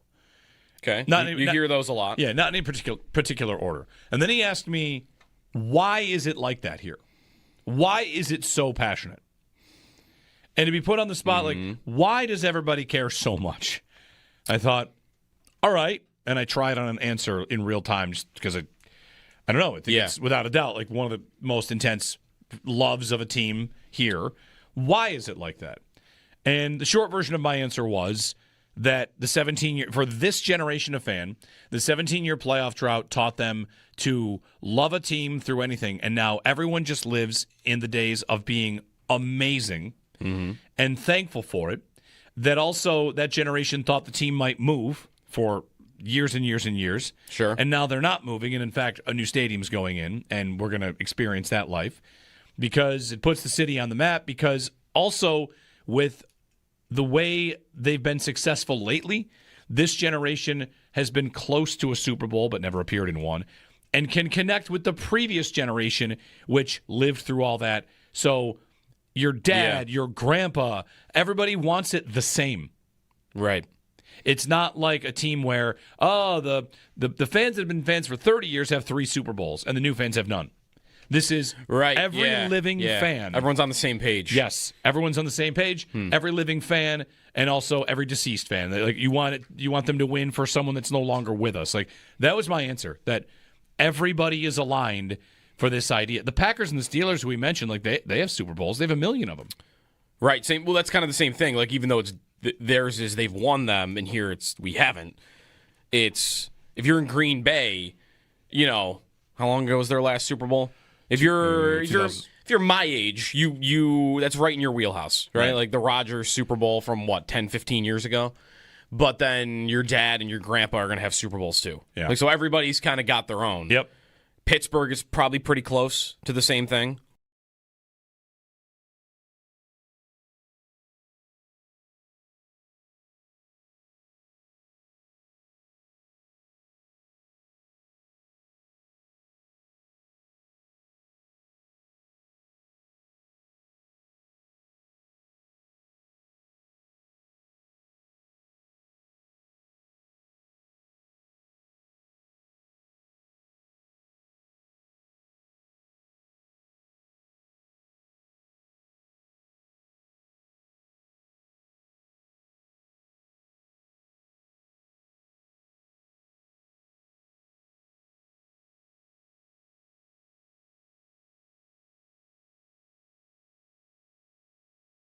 Paul Hamilton will join us at 7 o'clock to recap last night's Sabres game, which, if you want to do that quickly, we can. I think we have a must-win curse. Well, I think if we call it a must-win, they're going to lose. Fair enough. Sure. It's a fireable game. Yeah, someone should get fired. It's a fireable game. Someone should get fired. It's unbelievable they lost that game. And the fact they lost it 6-2. They got blown out by the worst team in the league at home and said that the other team wanted it more. And somebody should get fired. Really, right? The general manager should, of course, be fired soon. Yes. As soon as possible to get anybody thinking the organization is taking anything seriously. The general manager, why should he be fired for last night's game? Well, he shouldn't be fired for last night's game. When he fired Don Granato, who had led the Sabres to their best season of the drought the year before, when he fired Don Granato, he said, I know what the answer is, and he pounded his chest or the table all about accountability. The whole thing was accountability. And they've only gotten worse, and they say that they think they're too good. Tage Thompson last night, one of the comments, we've heard it before from them, we win a couple of games, all of a sudden we think we're too good. Lindy Ruff, I think we thought it was going to come easy. Matthias Samuelsson, too many passengers. 2 years ago, the GM fired a coach that had some a good season. A good season. Not many people have good seasons over there. They fired Granato, said, I know the answer, and they've gotten worse, and their accountability is probably less. Maybe less. So he should have gone probably long before that move, and he should probably go. And now you're in last place. In the East. You're losing to last place in the West at home after they played the night before with a backup goaltender. I mean, listen. It doesn't get worse than that. Can I catch that last place team in the West?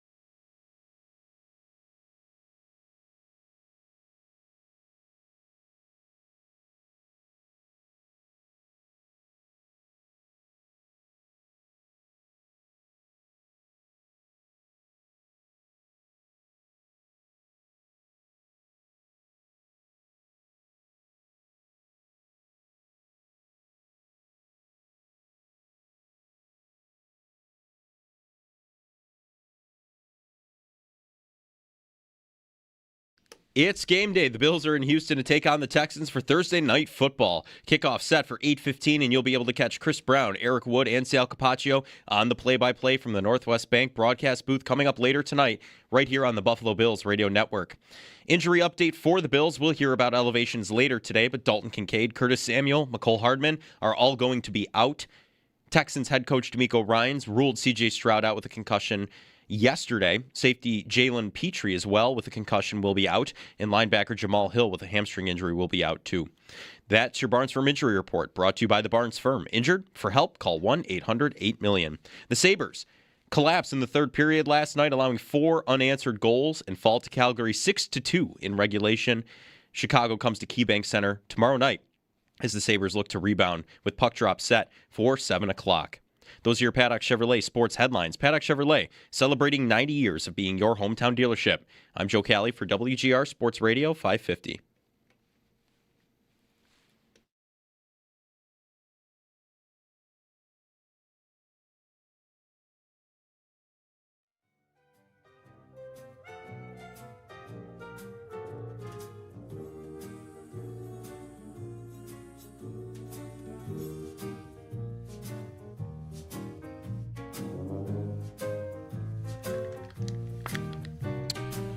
Want a fun fact about Woody Marks? Woody Marks. Yeah. He's the first Woody to ever play the Bills. Ooh. No, I don't know. That's a good question. Woody is a nickname. His name is not Woody. Okay. His What is name it? his name is Jaquavius Marks.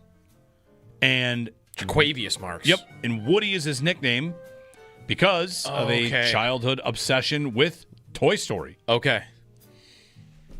So they just started calling him Woody. Yep. That's right. Not Buzz? No, he didn't like Buzz. He liked Woody. Not Rex? He put on the costume and never wanted to take it off, and everybody calls him Woody. He wanted to wear the Woody costume to school every day. This is a story in the LA Times. Yeah. Yeah. So he had Toy Story themed clothes, movies played on repeat in the household, multiple DVDs were broken and replaced, and he went to kindergarten. He stopped demanding to wear the costume to school, but watched it every day on the weekends. His mom said she got very sick of it. So Woody Marks, big Toy Story fan. There you go. Bills and Texans tonight. Can't lose to that guy. What's wrong with Toy Story? You can't lose to that guy. It's fine. It's good. No, it's good. It's great. It is good. It's a good franchise. It's a great franchise. They're making another one. Yeah? Toy Story It'd be five. It'd be five. They're pumping out more. It felt like the universe, everybody had aligned behind the idea that 3 was perfect and should have ended everything. Then they made 4. I don't remember 4. I didn't see 4. I didn't watch it because 3 kind of is like the perfect finale. Like it works. I don't think. I feel like maybe no movie franchise should go beyond 3. Right? Because once you go beyond 3, it's like you're just trying too hard. Interesting, as someone who you over there start to say that you try to make the claim that Star Wars 4, 5, and 6, which are 1, 2, and 3, are superior to Star Wars 4, 5, and 6, which were made 1, 2, and 3. Well, right, but in my world, 1, 2, and 3 would be the only 3 that would exist, of course, because they're the first 3. But they're the 4th, 5th, and 6th made. But they were the first 3 installments of the movie. So you would break your own rule about how many you're allowed to make if, in fact, you go. Listen, all I know. If you prequel it. In what order would you watch the Star Wars movies? 1, 2, 3. Done. No. Over. Okay, so what you're saying need to exist. I'm just going to use your own logic here. What you're saying is they can keep making Toy Stories as long as they go back in time further. Yes, because then that becomes the new first one. Yes, so prequel Toy Story. In general, I think prequels are better than I'm going 6 down the timeline. But you would even support prequel to infinity. You could never make enough prequels because everyone would be then the first one. I'm open to that. Prequel to infinity and beyond. Yes. 803-0550. Bills and Texans tonight. You can give us a ring on it. Report that Keon Coleman will be sitting again. And we have a Twitter poll up about that. When do you think the next time we see him in a Bills uniform is? Not that everything has to be about him. I mean, I'm not too worried about it. Next week against Pittsburgh, December or later, only due to more injuries, or next year / maybe never. And the question, I'm going to ask Sal about this at 8. What happens when Gabe Davis gets gets signed to the 53? Mm-hmm. They have their elevations, and if they continue to like this, which I think they definitely will, and he's healthy, He'll go to the 53. And what happens then? So, 803-0550. You want to offer a thought on that? We're happy to have you. And very quickly before we take calls, correction. Allen is actually 9-8 against the AFC South because he did beat the Colts in a playoff game. However, yes, his worst win percentage against any division is the AFC South. And I looked, during his career in the last 8 years, the division with the worst win percentage in the NFL is the AFC South. Mark in Buffalo is up next. Hey, Mark, good morning. Hey, guys. A couple of comments. I don't agree with McDermott's logic here. Coleman's a number 2 pick. I truly feel we're better with him on the field than without him due to some injuries. I think he's got the holy roller mentality where you have to be the perfect guy outside of football. There's guys that are spitting in players' faces, punching players, beating up their wives, and previously Bean has been like, well, we'll let the system take its process. We got a young guy that was late for practice. We need these wins. KC seems to be headed the other way. I think we're a better player, a better team with Coleman on the field than without. And then one other comment, in your guys' opinions, at what time this year is rough and Adams going to be out of here? Is there any way you guys can get like Pagula on your radio station? And I think it's ridiculous. And I wonder what your thought was on the Sabres if they should just clean house management. Thanks. I'll hang up. Thanks, I think Mark. they should. I don't think they will anytime soon. And the owner I doesn't surprised. speak publicly about the teams to anybody. I think it's been 5 years since he talked about the Sabres in public. He did a Zoom call in the COVID season 2020, right when they hired Adams. Right. The next time actually you might hear him speak, is when they would fire Adams. Maybe not. Maybe not even then. Pete Gwelly speaks in that kind of scenario. On Coleman I would like someone to show me the evidence that Coleman helps them win.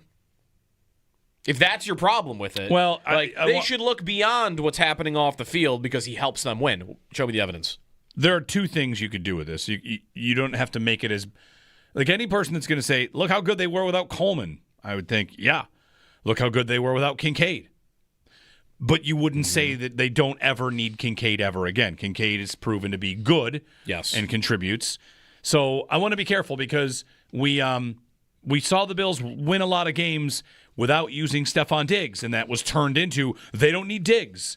So I don't like the general rule. As a rule, I don't like a blanket statement. A player didn't play and you won, so you must be fine without that player. That can be the wrong lesson to learn. Rather, what I would say about Coleman is just look at the results, right? They bench him and they sit him and they talk about his need to be more mature and they publicly call him out because they are not a big fan of what he's done. So he's definitely not some sort of need that they have. They have, of course, played him out of position pretty much the entire time he's been here. He should not be in the position they play him. So, you might say he's been given a bit of a raw deal, that maybe they handled him wrong from the start. That's fine. But, I don't know, Mark, like he's a number 2 pick. He's a second-round pick, so he has to play. Like, that doesn't really happen. That doesn't happen anywhere. You got to be able to play. You have to be able to play to get on the field. Yep. And they think that they have guys that are better at it. And it's not a surprise because now they have guys that can play on the outside, playing on the outside. And if you think Coleman should just play in the slot, like that, I think there's probably a case to be made for that before they give up, they should see if he is a useful power slot. But the problem you've got is that Kincaid and Shakir exist, and they're going to occupy that part of the field, and there's not really a spot for Coleman. So it was always part of the pick that was, tough to begin with. 803-0550 to join us. 1-888-550-2550. I guess I'm surprised he's not playing given the injuries, but Elijah Moore goes in because he'll run the cardio routes to maybe clear things out. Yep. Because Coleman doesn't threaten anybody with speed like that. I think today's a sign that he's not really competing with Moore and Samuel and Hardman and even Palmer. He's for him to get back in, I think he's got to unseat Davis or Shavers. I think that's how he gets back in, and I don't see that happening. It's just not happening, especially because both those guys are just the absolute perfect example in the Bills' eyes of work. Yeah. Gabe Davis, the 3-time winner, is it 3, is it 2, of the offseason award for work and commitment. And Shavers, who's been on the practice squad and grinding out a roster spot and finally getting his spot, and Sean McDermott flat out saying he's a true Buffalo Bill in this training camp. Like, the guys you got to beat are guys that are known and have put years together of working hard and earning everything. And the idea, like, hey, he's a second-round pick, like, Mark, that's not going to work. Nobody cares. Nobody cares. Have we heard of anyone winning that award other than Gabe Davis, by the way? It's a good question. The Iron Bill Award, is that what they call it? We'll have to ask Sal, yeah. Who else has won it? Because somebody won it this offseason. But we've never heard of that, right? Two offseason. Whenever the year Gabe's in Jacksonville, somebody else had to win it. Unless they wouldn't have gave it to Gabe while he was in Jacksonville. Did you hear Deion Dawkins was asked who's the best athlete on the Bills? You hear the best athlete? Yes, who's the best athlete? Did he say himself? No. Who's the best athlete? Who's the best athlete on the Bills? We can talk about this. Well, it's not Allen, because you wouldn't be asking me if it was Josh. I mean, could be anybody. I don't think it's Josh. Okay. He wouldn't. He could answer Coleman, couldn't he? Just because he could dunk. He could answer that. He didn't say that either. Hairston's the fastest. Who did he say? I'm going to say he said Spencer Brown. Okay, that's a good guess. Because he's a monster, and he ran a quicker 3-cone drill than DK Metcalf. Another good guess. Okay. We'll give the answer when we get back.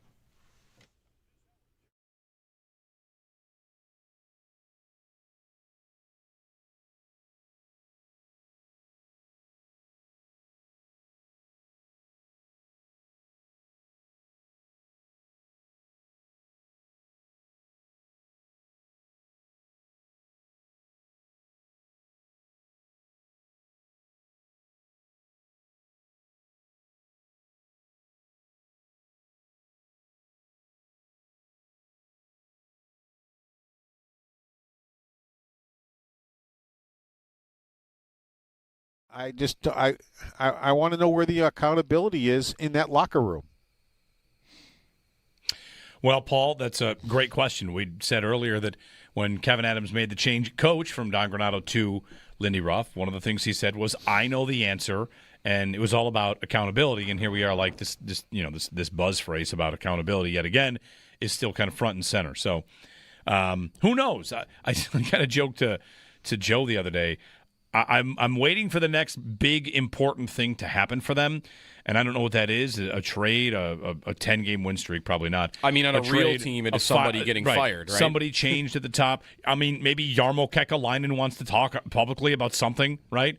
Somebody speak on something. I don't know when that'll happen, but it's an organization that kind of leaves you, wanting a lot more in that department. Yeah, no, it's a flawed team. It's a flawed hockey department. It's a flawed team. It's flawed from the top down.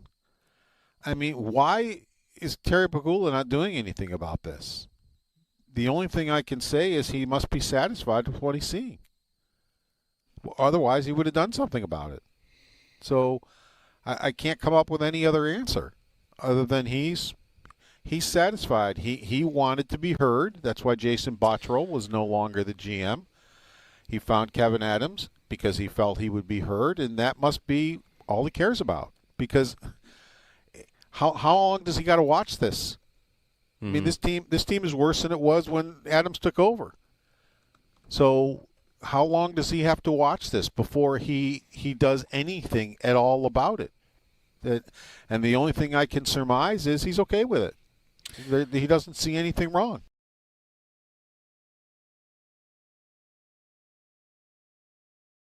Bills are back at it tonight, and the report from Cover One is that Keon Coleman will be scratched for another game, a second consecutive game. And I think the reaction, so yesterday we took some calls on Coleman, and this week it's been about he's young, he's immature. What is the explanation now? Because I don't think it's for another disciplinary miss. Because 2 receivers are now down also. Yeah. Yeah, right. No Samuel, no McCole Hardman. Hardman's out. Codrington probably goes into that spot. Yep. Samuel goes out. Elijah Moore likely goes into his spot, which means that Coleman has, as of today, planted himself as the last receiver on the depth chart, the guy they don't want to dress. Yes. And they'll play in Houston tonight. I'm kind of surprised. I guess I'm surprised that I'm not surprised. I thought, all right, injuries, he can get back in. It's an opportunity to, show himself again. And instead, they're telling him, you are the last receiver on our depth chart. And we're not. It's a bigger message. And you'd wonder, is it going to last the season? If it were up to them, would they not play him again? Because if that's the case, when do they think they will get him back on the field? Next season? If it's up to them, ideally, what would they do here? I think it's possible that the coach has decided I don't need to see him again. I said that early in the week, for my own psyche. I don't need to see him again. I wonder if McDermott is in the same place. Doesn't mean he won't play. Maybe they'll get injuries and they'll feel like they have to because he knows the offense and whatever. If there's another injury, does Christian Wilkerson come up? Well, that's if you get there, then that's really amazing. The other conversation is if once Gabe signs to the 53, who goes? Mm-hmm. That's a good question, too. Is it Elijah Moore or is it Keon Coleman? Mm-hmm. Because Elijah Moore is up above him in the pecking order. Right. That's the thing. If you have decided, I'm good here, I don't trust him, that's not getting earned back in 3 weeks before the playoffs. He wasn't performing on the field anyway, so I'm done here. If you've decided I'm done here, then what are you holding on to him for?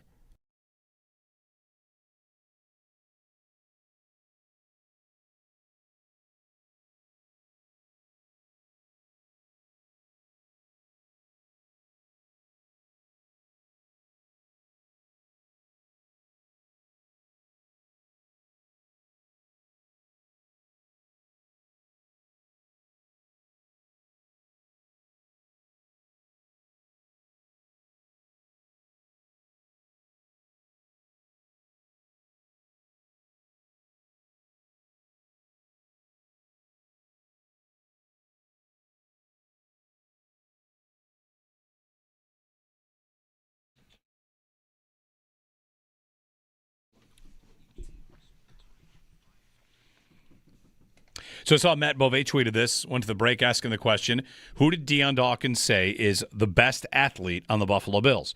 Your guess was Spencer Brown? Spencer Brown is my guess. He's going to stick with his lineman. He did have a 10 relative athletic score. He did. Good. The best athlete. The best raw athletic athlete and tackle they've ever had. Which, by the way, did you see the clip the Bills posted of Allen's touchdown run where he and Spencer Brown pile into the end zone? They had Josh saying first, you got to be a little bit sicko to play this game, to play football. Then they show a super slow-mo of Josh running it in with this maniacal smile on his face. Oh, yes. Laughing as he goes into the end zone with Spencer Brown. Anyway, no, the answer is not Spencer Brown. Owen, Joe, Alt-Joe, you guys want to throw some guesses here? Actually, Alt-Joe, you can't guess because you heard the clip. Owen, best athlete on the Bills according to Deion Dawkins. Best athlete on the Bills. I'm trying to think if there's someone that he would want to say to be funny because he's hilarious. I would, maybe he's trying to give some love. Shavers? Shavers. Tyrell Shavers is the answer. Also incorrect. Roll it. I'm going to stand on this when I'm about to say, pound for pound, Reggie is probably the best athlete on this team. Noticing the Reggie Gilliam. No. Reggie Gilliam. No. You're going to tell him he's wrong? He's wrong. Come on, Deion. Reggie Gilliam. Why can't Reggie Gilliam be the Gilliam's best? not athletic. He's not the best athlete on the team. Why not? He can't be. Their fullback can't be their best. Power, speed, if they're jack of all trades. If their fullback is the most athletic player on the team, that's a bad thing. Just going to put that out there.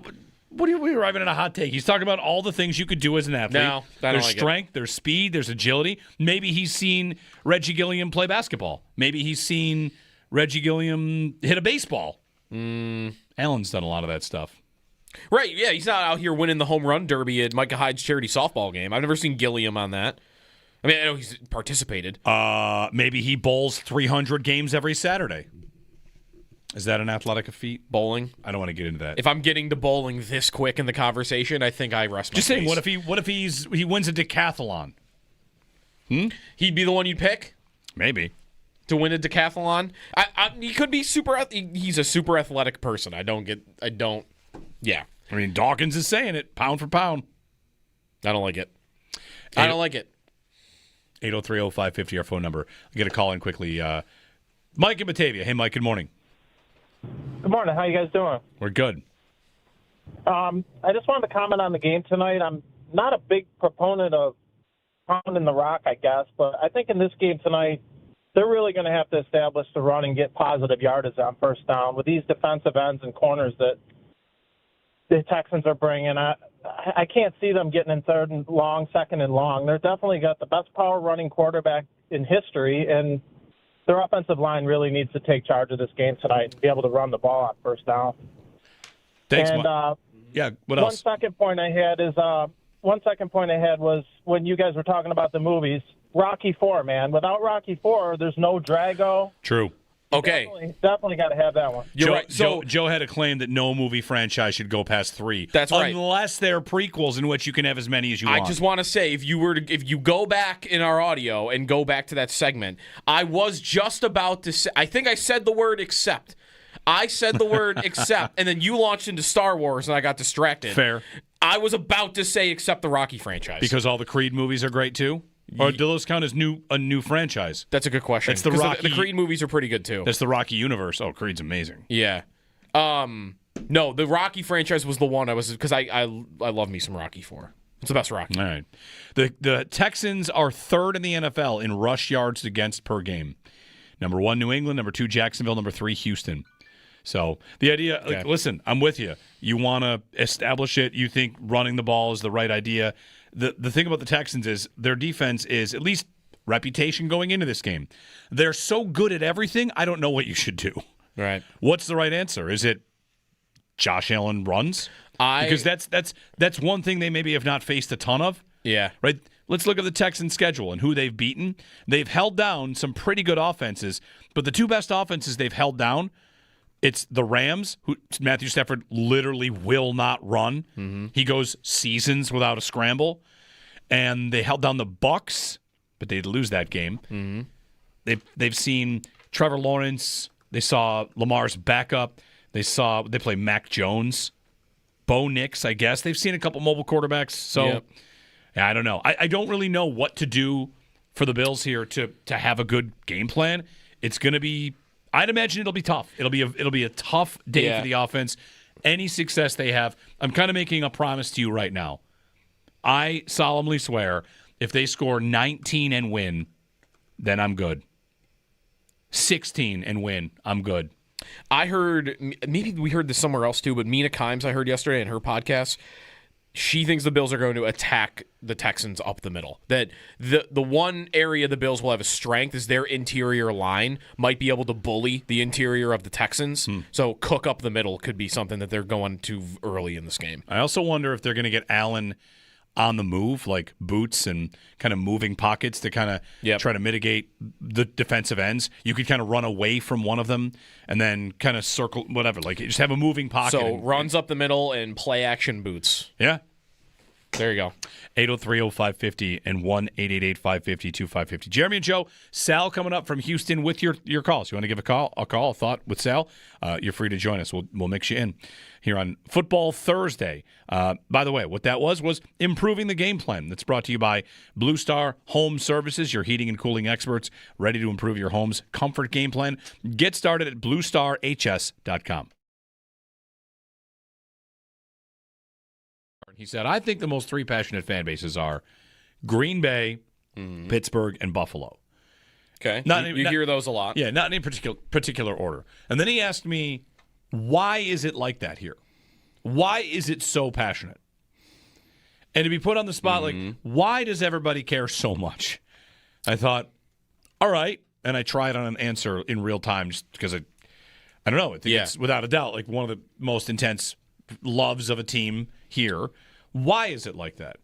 And the short version of my answer was that for this generation of fan, the 17-year playoff drought taught them to love a team through anything, and now everyone just lives in the days of being amazing and thankful for it. That also that generation thought the team might move for years and years and years. Sure. And now they're not moving, and in fact, a new stadium's going in, and we're going to experience that life. Because it puts the city on the map, because also with the way they've been successful lately, this generation has been close to a Super Bowl but never appeared in one, and can connect with the previous generation, which lived through all that. So your dad, your grandpa, everybody wants it the same. Right. It's not like a team where, the fans that have been fans for 30 years have 3 Super Bowls, and the new fans have none.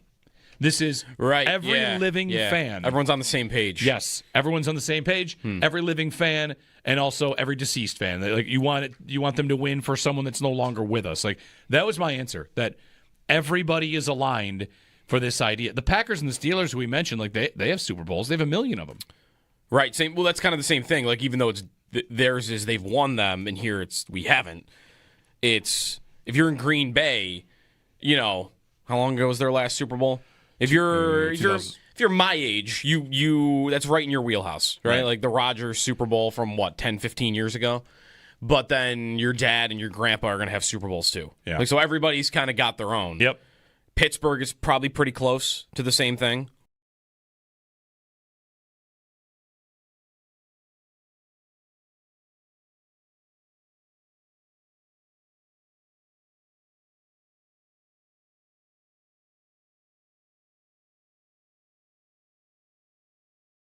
Bills are back at it tonight, and the report from Cover 1 is that Keon Coleman will be scratched for another game, a second consecutive game. And I think the reaction, so yesterday we took some calls on Coleman, and this week it's been about he's young, he's immature.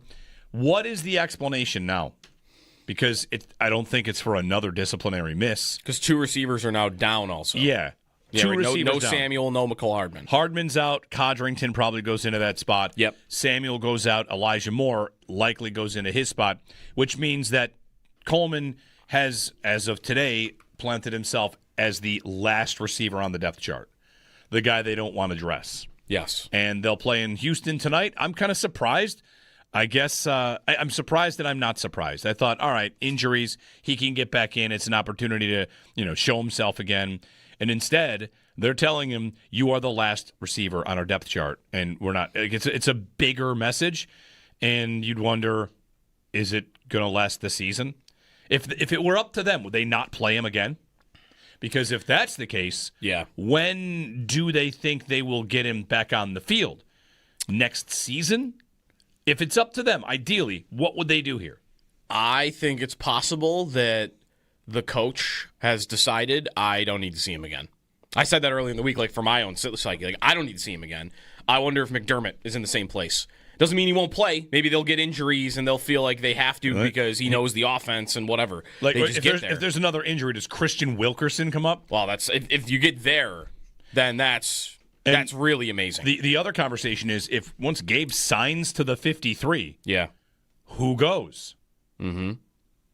That's a good question, too. Is it Elijah Moore or is it Keon Coleman? Mm-hmm. Because Elijah Moore is up above him in the pecking order. Right.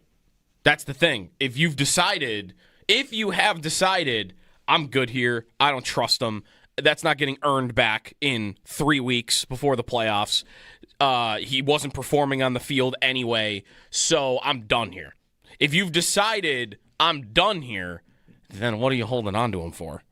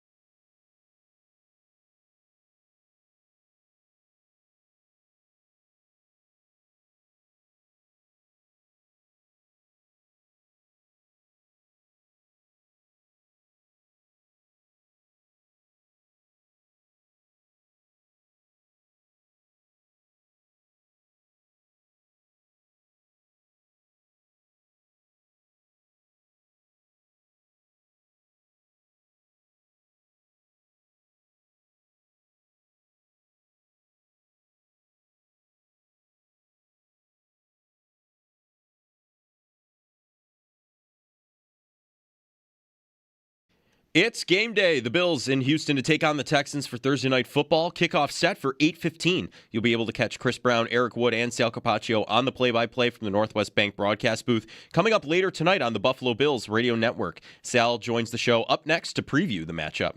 Injury update for the Bills. We'll hear about elevations later today, but Dalton Kincaid, Curtis Samuel, and Mecole Hardman are all going to be out. And the Texans, head coach D'Amico Ryans ruled C.J. Stroud out with a concussion yesterday. Safety Jalen Petrie also will be out with a concussion, and linebacker Jamal Hill with a hamstring injury will be out as well.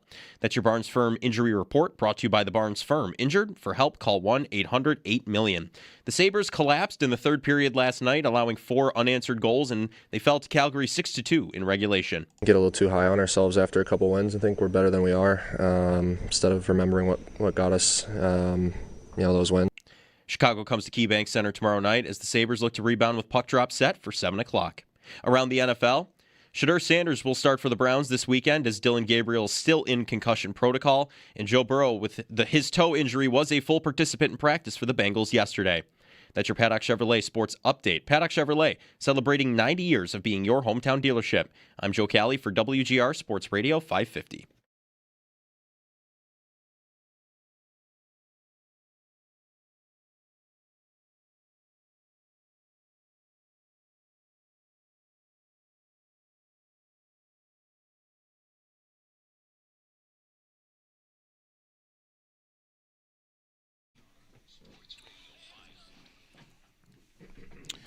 Sal Capaccio checking in live from Houston.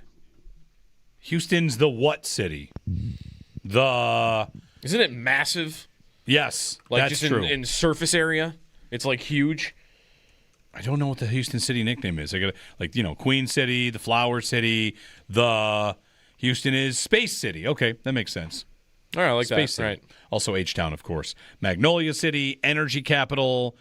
And other nicknames include Clutch City, after some of the Rockets' clutch wins over the years, City. I guess. They can't be Clutch City. Yeah, Bayou City. Anyway, Sal is in the Space City in Houston. Sal, good morning. Good morning. Yeah, Space City. It is also, yes, H-Town. They call it H-Town. And it is, you're right, Joe, massive. Like in land area, larger. I think Jacksonville, Florida might be the largest, city as far as actual area. I read that somewhere, heard that when I was living down there. But, I mean, Houston, when you come here, you could say to somebody, I'm over here. You want to meet somewhere else? And it's, so far away on the other side of town, but it's still Houston. Yeah. It's 665 square miles. Yeah. Houston. Wow. Which is about 40% the size of Rhode Island. The city. Right. Yeah. So, anyway. Well, Sal, good morning. Thanks for joining us. I know you're up a little early out there in Houston. It's a short week, and the Bills are right to work. We know you talked with head coach Sean McDermott yesterday, part of the Extra Point Show, kind of ruling some players out. And your question about Keon Coleman, you asked, and they said they would take it day to day. We don't have official designation, so we don't know this to be true yet. But Cover One's reporting, as they did last week, accurately and first, that it looks like Coleman will be a healthy scratch again. Would that surprise you? And we kind of get to a conversation here about when do we think he'll come back? No, it wouldn't surprise me. I said all week that I think it's on the table, but I never really could figure out either way what they would do. To me, it was always kind of a 50-50. But for me, part of it was it's a quick turnaround after a game in which the offense looks so good. Not because we want him necessarily keep disciplining Keon Coleman or he did something wrong again, right? To me, it was, okay, even with the injuries, you could justify, because let's take a look mechanically how this could work. Without Mecole Hardman, you have Brandon Codrington, who was just re-signed to the practice squad. You could make a one-for-one switch. Now, do we know for sure Brandon Codrington's playing? No, because elevations come out later today. But they did re-sign him this week, and he will be a return man. And Khalil Shakir has not practiced all week, guys, and he's dealt with ribs and ankles. So to me, it's I don't know if you're going to have him return punts. So that means, to me, Brandon Codrington becomes that guy. Okay, so that's not where Keon Coleman would fit. And then you look at Curtis Samuel being out. Well, you already have Elijah Moore inactive. And honestly, Curtis Samuel and Elijah Moore kind of been taking turns of playing a little bit of the same role, so to speak. And then there's no way you're, taking away the reps that Tyrell Shavers gave you after what he gave you on the boundary last week. And then I guess it would just simply come down to, is Gabe Davis healthy enough? Did he come out of the game well enough, conditioning enough, everything to say, yep, he's going right back in? If the answer is no, then you could easily find a path for Keon Coleman. If the answer is yes, I don't know where he fits in, to be quite honest with you. That's where I always landed on it. Yeah, sure. I posed earlier, Sal, like, you're kind of saying this too, that if you kind of think of like where they line up in the roles, like Coleman has primarily been their big-bodied X receiver, and if Davis and Shavers are both giving you what you want on that front, I don't even know that Coleman is really competing with the likes of Moore and Samuel for playing time. It's Davis and Shavers, and what's the path to get over one of those two? That's exactly right. And as I've said a few times this week, Tyrell Shavers gave you everything that you would always hope that Keon Coleman would give you in that one game. We don't know if he's going to continue to do that. Maybe it was one game and then, okay, well, I guess that was a flash in the pan. But I think that from what they've seen from Tyrell Shavers in 3 years, and it's always important to remember that, Tyrell Shavers has been here 3 years. He understands this offense. He understands the nuances of it. He understands scramble drill, all that stuff that goes into playing that position. He's a willing blocker. He's actually not a bad blocker, actually. So all those things have to get baked into it. So are you going to leapfrog Keon Coleman over Tyrell Shavers after last week? I would say certainly not. And then it's got to be Gabe Davis. And Gabe Davis, you could still elevate twice. Now, that also is another kind of thing you have to play with, which is because of the injury to Hardman, if you are going to elevate Codrington, where else on the roster would you might need somebody? If you have other injuries where you're going to need somebody. And the reason I bring that up is last week they elevated Kaliki Latu at tight end to give you a third tight end. There is no Dalton Kincaid again. So if you have to elevate Kaliki Latu, well, then you can't elevate both Codrington and Gabe Davis, which again brings you back to, is that another path for Keon Coleman? Right. Then, Sal, there's what happened. I mean, is Gabe Davis just destined for the 53, though? It's a good question. I thought about this. I mean, you could sign Gabe Davis 53, then who's coming off? You could put someone on IR. I mean, I did ask Sean McDermott if there was any concern with Hardman or Samuel long term. He said no, not that he believes, but he called them after that week to week. But they could decide simply because they want to get Gabe on the 53, they could do that. And he does have 2 elevations remaining, but right, Jeremy, to your point of, well, you might not be able to get an elevation because of what you got to do around the roster. Maybe that's the other way to do it. I just think there's so many things at play here. To answer the original question, no, it would not surprise me. It never would surprise me if Keon Coleman was inactive, but I always felt that it was going to be tough because of how they played, because of the numbers and the 4-day turnaround. Sal, if they put Davis on the 53-man roster at some point, that'll be 8 wide receivers on the 53. Unless you do something with Curtis Samuel, right, with his injury, or move on from him or Elijah Moore or something like that. You're right. Yeah, they would have 8. But you kind of put McCole Hardman in his own bucket. But he does actually play. He played 4 snaps last week in his first game, and they did throw the ball to him down the field. You could also put Hardman, obviously, on IR, but he's more of a return man. So, yeah, you're right. It would be a pretty large number at that position, Joe. Bills and Texans tonight from NRG Stadium. Sal, the Texans defense comes in with lots of accolades, a big reputation for being good at everything. The numbers for the Texans defense are they do almost everything really well. So, that said, do you have a thought on how this offense gets going, what they should do, how they should attack in this game? No, I'm at a loss to figure that one out because these guys are really good, as you mentioned, and they'll come off the edge on you. They're very good in the middle. When you talk about Will Anderson Jr., Daniil Hunter, Sheldon Rankins, and our buddy Tim Settle is having a nice year for them in the middle as well. They're good at every level. The one area I think that tonight could be a little different because of the injury is Jalen Petrie. Jalen Petrie is their nickel corner. He is very much considered here like the Bills consider Taron Johnson and what we have over the years with how important he is to everything they do, no matter the personnel you put on the field. He also can play safety. He's like a hybrid chess piece nickel corner. His backup is Miles Bryant. Petrie's not playing tonight, which means Bryant is going to play most likely. Where do you remember Miles Bryant from? I don't. Miles Bryant, I don't think I do. He is the guy that played for the Patriots that Isaiah McKenzie beat. Oh, that okay. game. Okay, so I'm wondering, is this a game where maybe you have something planned for Elijah Moore? Maybe that's who you attack. Maybe to me, this is a game where you got to find a matchup that's in your favor. You find a matchup and you say, we're going to figure that out. We're going to go to that. That could be in the run game too. Maybe you do something that you think that on the offensive line you can go that way. But I do think that's a sneaky matchup tonight where if the Bills can exploit that because Petrie's out and Miles Bryant is in, maybe you get an Elijah Moore on him. Maybe Shakir, maybe Shakir on him, right? I mean, Shakir did miss a couple days. Congratulations to him and his wife. They had a baby. That's why he was out for personal reasons. But that's where it is. I'm trying to find stuff, guys, because they are so good, right? Yeah. They really are. They're really good. I would guess that the Bills would want to lean into the run game as much as possible because what you don't want to do, even if you can't completely run the ball, what you don't want to do against this defense is become one-dimensional as an offense and have them pin their ears back and just come after Josh Allen. You can't do that. That is not going to be healthy for anybody, and that's a recipe for disaster. We started the toy with the injury report here, Sal. We'll get to more of it and bring you that. The Barnes Firm Injury Report brought to you by the Barnes Firm. For injured, for help, call 1-800-8-MILLION. It's a long list. If you just look at the screenshot, there's a lot of names, but to me, that is a short week injury report, right? You have guys that are limited, and then like Benford, Bernard, Bosa, all practicing in full. Darren Johnson, Daquan Jones. So who we're looking at here is what? Phi Mathis and anybody else in terms of who maybe they will or won't go? Yeah, it's interesting. Phidarian Mathis is questionable, but he didn't play the last two games. And it's good that he's questionable at least and not out because at least gives the Bills options. Right now they actually have 6 defensive tackles on the roster. After going through a time where they had 3, they have 6 defensive tackles on the roster. Jordan Phillips, Phidarian Mathis, T.J. Sanders, Larry Ogunjobi, Deion Walker, Daquan Jones.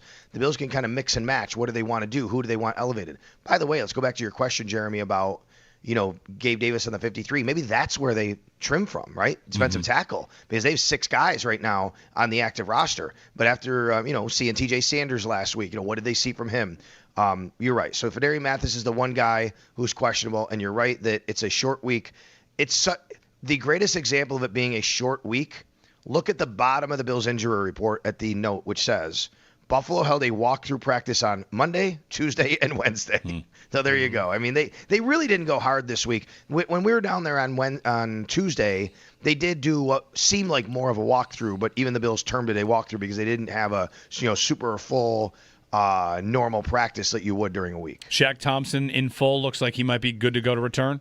Yeah, that's a good question, though. He didn't last week and he was full. Yeah. I just wonder about that. Like, what was it just because, they could have played the game last week where, and I would understand this, a guy that's been out, he's a little older.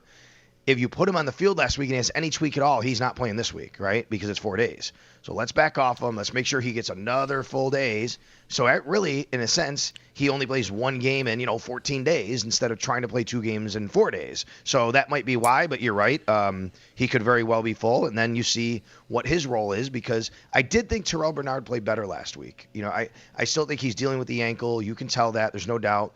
I know they got run on a lot last week, but I thought Terrell Bernard moved much better. I thought he hit holes better and gaps better. He had 2 tackles for loss. And maybe even more of an example would be because of how he covered last week. He had 2 pass breakups. I thought he moved better last week. So we'll see what the linebacker situation is. And Dorian Williams has done a nice job when he's been on the field for them lately. If Thompson's available and Williams also, would you see this being a game where they would line up with 3 linebackers a lot? Because the one thing Houston cannot do, Sal, is run the ball. But I don't know if the Bills would feel like they have any right to think that we could stop them with our nickel package because they have had trouble stopping a lot of teams. Yeah, I think they'll just try to match up personnel, Joe, as much as possible. But you're right. This isn't a team that you go into the game like the Baltimore Ravens and go, okay, we're going to have 3 linebackers on the field a lot. This is probably a game where Taron Johnson's still on the field quite a bit. We'll see what they do as far as who they want to throw out there. Dalton Schultz, a very good tight end. He's a good blocker. He's a very good receiver, as you guys know. They love to go to him. This game, for me, from the defensive side, comes down to one real big thing, and that is stopping and at least slowing down Nico Collins. I mean, this guy is really good, as we know. He beat the Bills last year in that long touchdown. But did you see his numbers the last 2 weeks? Ever since Davis Mills has become the starter, it is basically, I am throwing the ball to Nico Collins whenever I can. He had 16 targets and 190 yards over the last 2 weeks. Yeah. Like, they're just going to throw the ball to Nico Collins. You have to stop him tonight. No C.J. Stroud. It'll be Davis Mills instead. Sal joining us on the Western Hotline ahead of Bills Texans. Curtis Samuel, week to week. He and Hardman both said to be week to week, according to the head coach. And Sal, it's tough. Like the Bills, this week has been a lot about trust with Coleman and trusting him to be ready and be prepared and be on time. And with Curtis Samuel, it is really tough to trust he's going to stay healthy because he just really does not. In 2 years now, he's always banged up. Yeah, that's right, and I agree. I mean, you can't count on a game plan, and if you don't know if the guy's going to be available, and when that keeps happening inconsistently, that's really tough for anybody to figure out what's happening. So you might have to make decisions then, even if somebody's healthy and he's not playing, then it becomes a real big, like, okay, to your point, I can't trust that, so how would I plan for a game? So we'll see what the Bills do tonight. I'm very interested in the Coleman situation. If the report is correct that he is a healthy scratch, then obviously there's going to be a lot more asked about it. But again, you go back 4 days. They played well last week. Is it something where, okay, we're going to, play this out. Let's see how we look tonight. And who knows if they look really good again tonight and those guys have another nice night and they throw the ball, maybe we're talking 10 days from now that the same thing's happening in Pittsburgh. Sal Capaccio joining us ahead of Bills Texans. Finally, Sal, Josh Allen, Offensive Player of the Week in the AFC. Yeah. The 17th time for number 17 to get that honor, and we'll see what he's got tonight to follow it up on the road on a short week. Yeah, for sure. Josh, Offensive Player of the Week, and want to say congratulations to our buddy Steve Tasker. How about that, right? Get into the final 9 of the Senior Committee Hall of Fame nominees. It's amazing.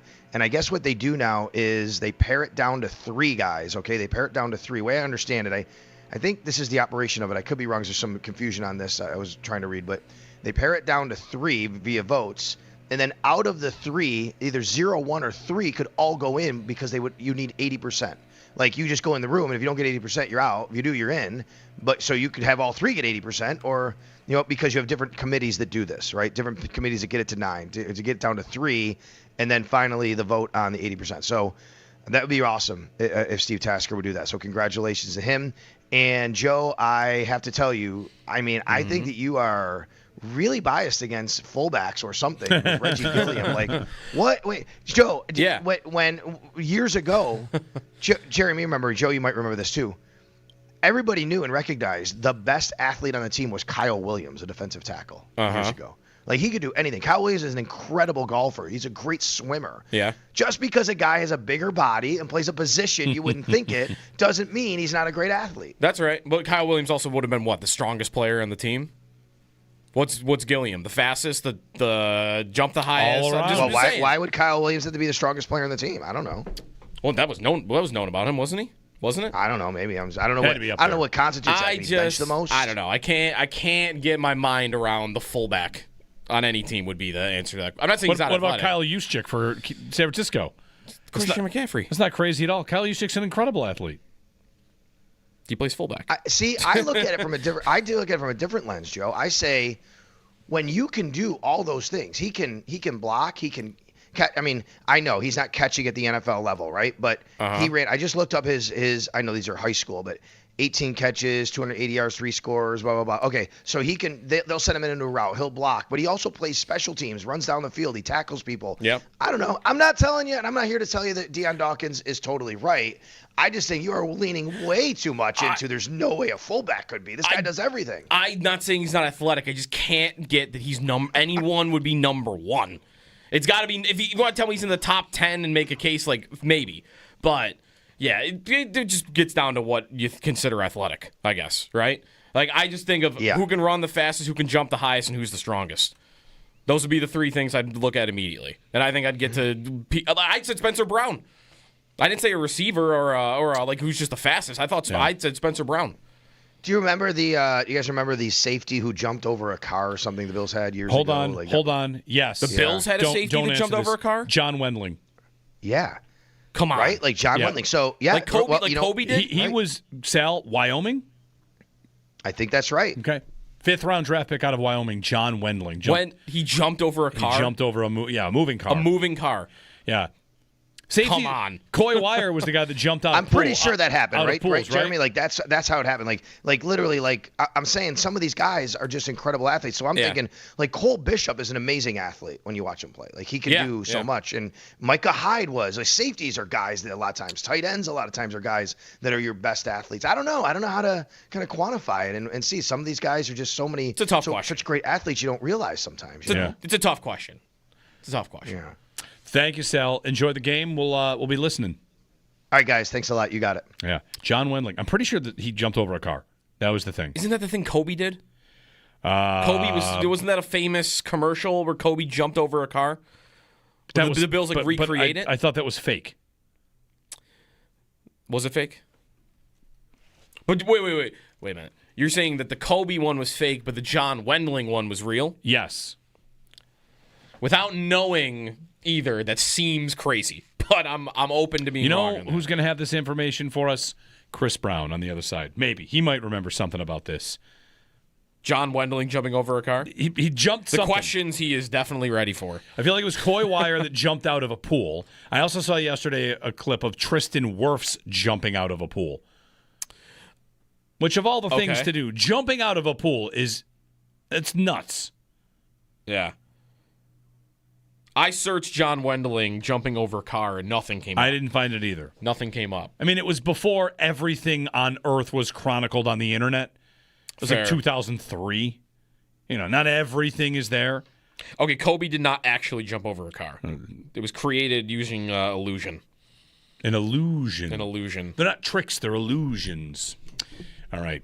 That's from Arrested Development. 803-0550, 1-888-552-550. It is a Buffalo Bills football Thursday, to a degree. Thursday, Friday, whatever. We're taking your calls. It's Bills pregame. Bills and Texans tonight. It'll be on Channel 7, so you can see Al and Kirk Herbstreit on Channel 7 as the Bills and Texans roll for an AFC matchup. Big one for the Bills to stay in the division race. Got to keep winning. Jeremy and Joe, Chris Brown on the other side, and more of your phone calls here on WGR. Bills are back at it tonight, and the report from Cover One is that Keon Coleman will be scratched for another game, a second consecutive game. And I think the reaction, so yesterday we took some calls on Coleman, and this week it's been about he's young, he's immature. What is the explanation now? Because I don't think it's for another disciplinary miss. Because two receivers are now down also. Yeah. Two Two receivers no down. Samuel, no McCall Hardman. Hardman's out. Codrington probably goes into that spot. Yep. Samuel goes out. Elijah Moore likely goes into his spot, which means that Coleman has, as of today, planted himself as the last receiver on the depth chart, the guy they don't want to dress. Yes. And they'll play in Houston tonight. I'm kind of surprised.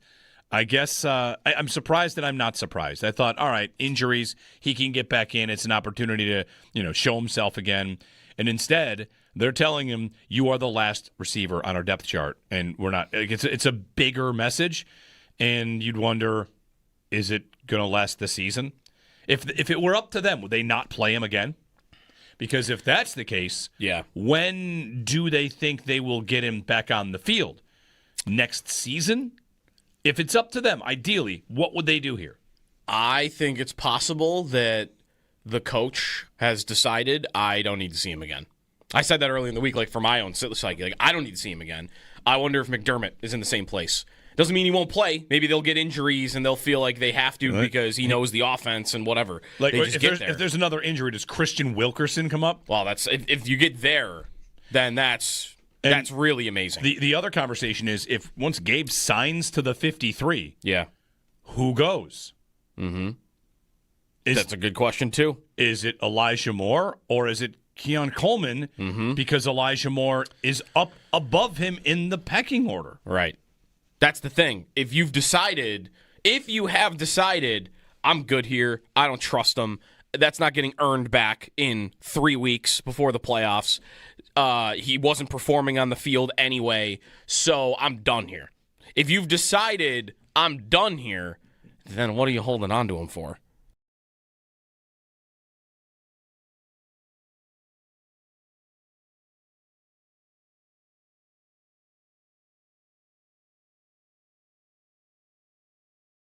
Paul Hamilton will join us at 7 o'clock to recap last night's Sabres game, which if you want to do that quickly, we can. I think we have a must-win curse. Well, I think if we call it a must-win, they're going to lose. Fair enough. Sure. It's a fireable game. Yeah, someone should get fired. It's a fireable game. Someone should get fired. It's unbelievable they lost that game. And the fact they lost it 6-2. They got blown out by the worst team in the league at home and said that the other team wanted it more. And somebody should get fired. Really, that right. The general manager should, of course, be fired soon. Yes. As soon as possible to get anybody thinking the organization is taking anything seriously. The general manager, why should he be fired for last night's game? Well, he shouldn't be fired for last night's game.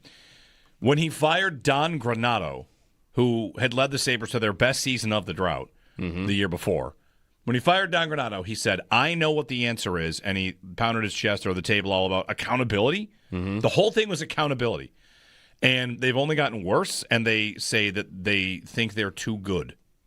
Tage Thompson last night, one of the comments, we've heard it before from them, we win a couple of games, all of a sudden we think we're too good. Lindy Ruff, I think we thought it was going to come easy. Matthias Samuelsson, too many passengers. 2 years ago, the GM fired a coach that had had a good season. A good season. Not many people have good seasons over there. They fired Granato, said, I know the answer, and they've gotten worse, and their accountability is probably less. Maybe less. So he should have gone probably long before that move, and he should probably go. And now you're in last place. In the East. You're losing to last place in the West at home after they played the night before with a backup goaltender. I mean, listen. It doesn't get worse than that. Can I catch that last place team in the West?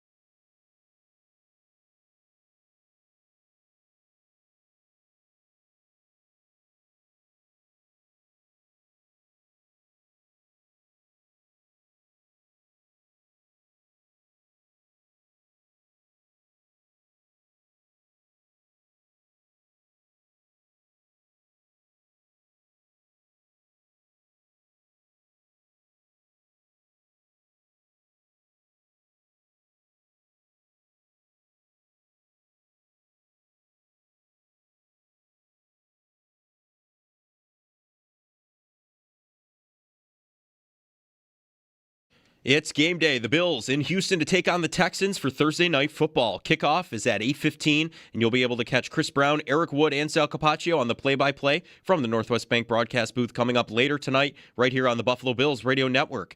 Chris joins the show up next to preview the matchup. Injury update for the Bills. We'll hear about elevations later today, but Dalton Kincaid, Curtis Samuel, Mecole Hardman are all going to be out.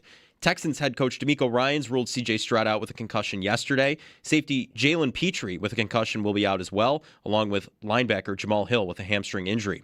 That's your Barnes Firm Injury Report, brought to you by the Barnes Firm. Injured? For help, call 1-800-8-million. The Sabres collapsed in the third period last night, allowing 4 unanswered goals and fall to Calgary 6-2 in regulation. Chicago comes to KeyBank Center tomorrow night as the Sabres look to rebound with puck drop set for 7 o'clock. Those are your Paddock Chevrolet sports headlines. Paddock Chevrolet, celebrating 90 years of being your hometown dealership. I'm Joe Cali for WGR Sports Radio 550.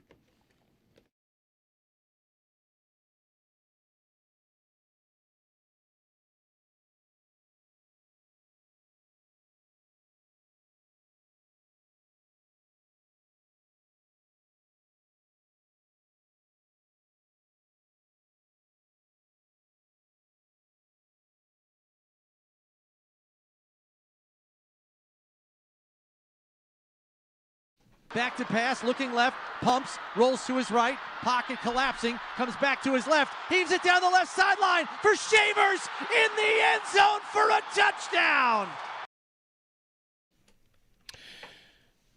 Big play from Tyrell Shavers last week. We'll see what we get tonight. Short week and Bills-Texans, and shuffling our schedule a bit. It's a football Friday. To a degree, we're talking with Chris Brown today as part of a normal football Friday. Then we'll check in on Monday. They've got travel to get back from Houston, and the other games and how they shake out, that matters quite a bit as well for the division race and all that. But tonight it's Bills and Texans from Houston, and Chris Brown joins us on the Westar Hotline. Chris, good morning. A name from long ago came up last segment. John Wendling's name came up. Wow. Yeah, right? They're claiming that he jumped over a car, which I can't believe. Help me with this, Chris. There's lore about John Wendling's vertical jump.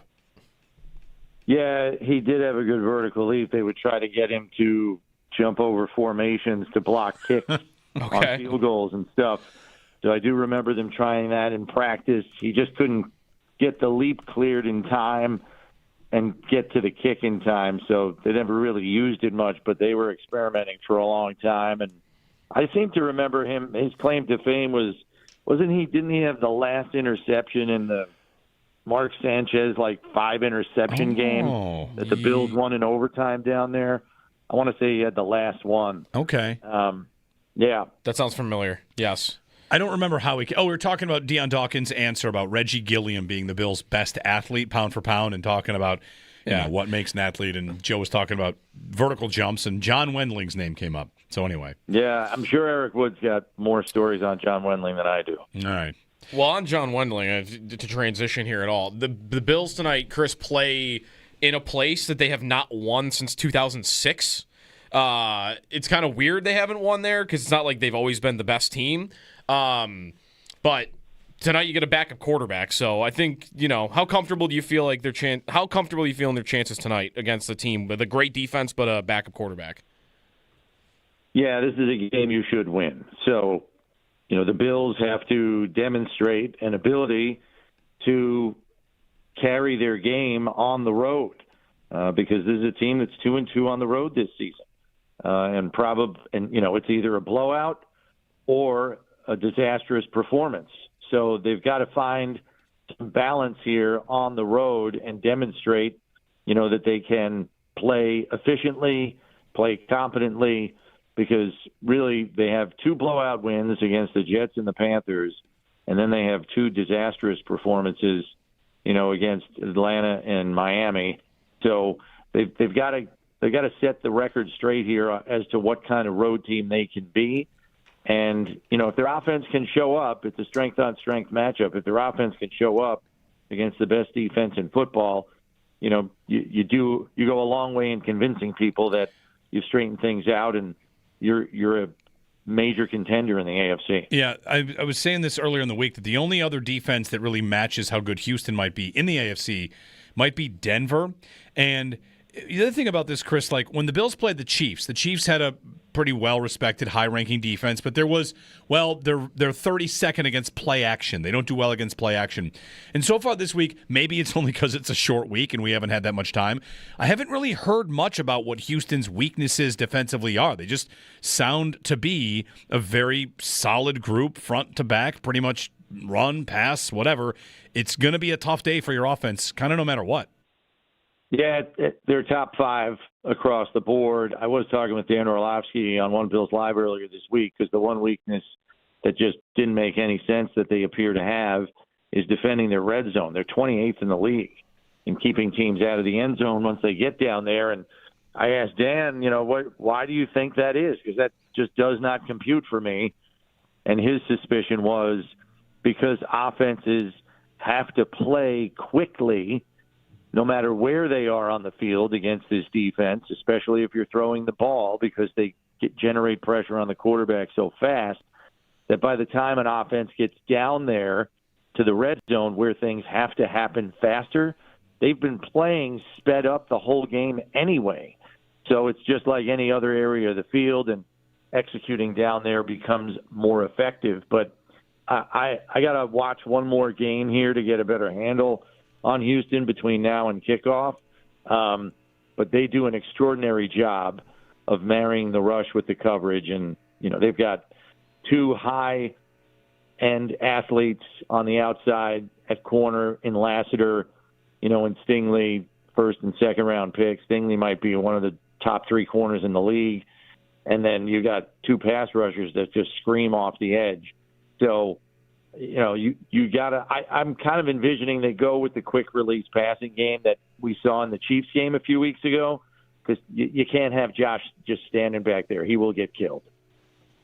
Chris Brown with us on the Western Hotline. Those corners against this receiving group, Chris, and it's being speculated again that maybe Keon Coleman will be inactive for the 2nd game in a row. So they went off. Shavers had his big game, and Davis contributed. I guess if it is Davis and Shavers and Shakir and maybe it's Elijah Moore, how confident would you be that they could do Maybe not all of what they did against Tampa, but something close. Yeah, I don't know about Tampa. Because there were a lot more downfield throws in that game. I don't think Josh is going to have the time to let those routes develop. I think you've got to go short to intermediate passing game and go with an efficiency model tonight. I'm all for getting the backs involved again.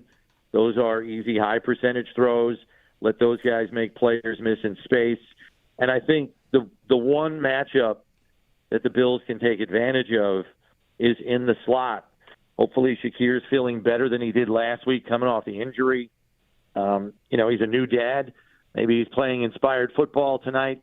But Jalen Petrie, who's their do-everything nickel corner / safety, is out. And the guy that's going to replace him in the lineup is the guy that Isaiah McKenzie cooked a few years ago up in New England when New England kept playing man coverage. Miles Bryant is their nickel corner stepping in for Petrie, and I think that's a major matchup advantage for the Bills. I would expect them to try to exploit that tonight. Chris Brown joining us on the Western Hotline, chatting about Bills and Texans on the short week. Defensively, Chris, one question we might have about what they could do is Shaq Thompson, who's been a full participant and been a good linebacker for the Bills this season and did not play last week. He hasn't played in a couple of weeks. I wonder if there is an appetite to get him back in, if it could be matchup-based, and this could be a spot for that. Maybe, maybe not. But overall, the defense, it's got its injuries, but it's to me, it looks like it's still coming together. I know the run defense is a big headline here, but the pass defense is coming together. They're making plays in the passing game, and I'm just it's another spot here. I'm eager to see if they've got any sort of playmaking here in this matchup against the backup quarterback. Yeah, and I would anticipate Thompson to be on the field. As we've discussed this year already, this team is playing the most base defense they've played probably in the last 7 or 8 years. Last I checked, it was up around 27 to 28% of the snaps. They know that they're a better run defense with 3 linebackers on the field in obvious run situations, and that's where Thompson comes in. And I do expect him to be on the field tonight. Woody Marks is an interesting young player out of USC, their rookie running back. He has moved into the starting lineup the last couple of weeks and is an effective player. And if he gets to the edge, you might see plays that we saw from Sean Tucker last week. So setting the edge is going to be of critical importance. And I think the other thing, too, is making plays on the ball. I mean, the Bills have done a better job of that. This is a team that had 5 takeaways in their first 6 games. They now have 8 in their last 4. I think some of the younger players are becoming more anticipatory players. Cole Bishop stands out in that area. More takeaways will help, obviously, as well. And if they can get back to the way they were taking the ball away last year, you might really have something. Yeah, and Bishop going back to the site of, the play he's maybe remembered for last season, Chris, is the Nico Collins touchdown in Houston. And a year later, he couldn't really be playing any better, I think, going into the same place. Yeah, and Nico Collins is going to be a major thing to look out for here. We all remember, as you mentioned, the long touchdown, where Bishop has a mental error and a bust in coverage, and he goes for like a 67-yard touchdown. But the reason Collins is of major importance tonight is he's had 36 targets in the last 3 games, and Davis Mills has thrown 33 of those. He goes to Collins whenever he can. And there's other receivers on this roster, as we know. Jalen Knoll and Jaden Higgins, the 2 rookies from Iowa State, have been a pleasant surprise for them. Dalton Schultz, the tight end, is 3rd in the league in receptions among tight ends.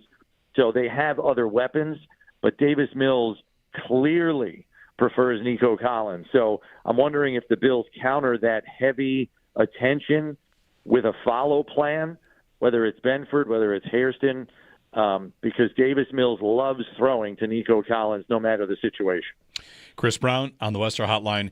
Bills, Texans tonight. You can hear the game, of course, here on WGR Sports Radio 550. Chris, thanks very much. Have a good call and safe travels back. We'll talk to you on Monday.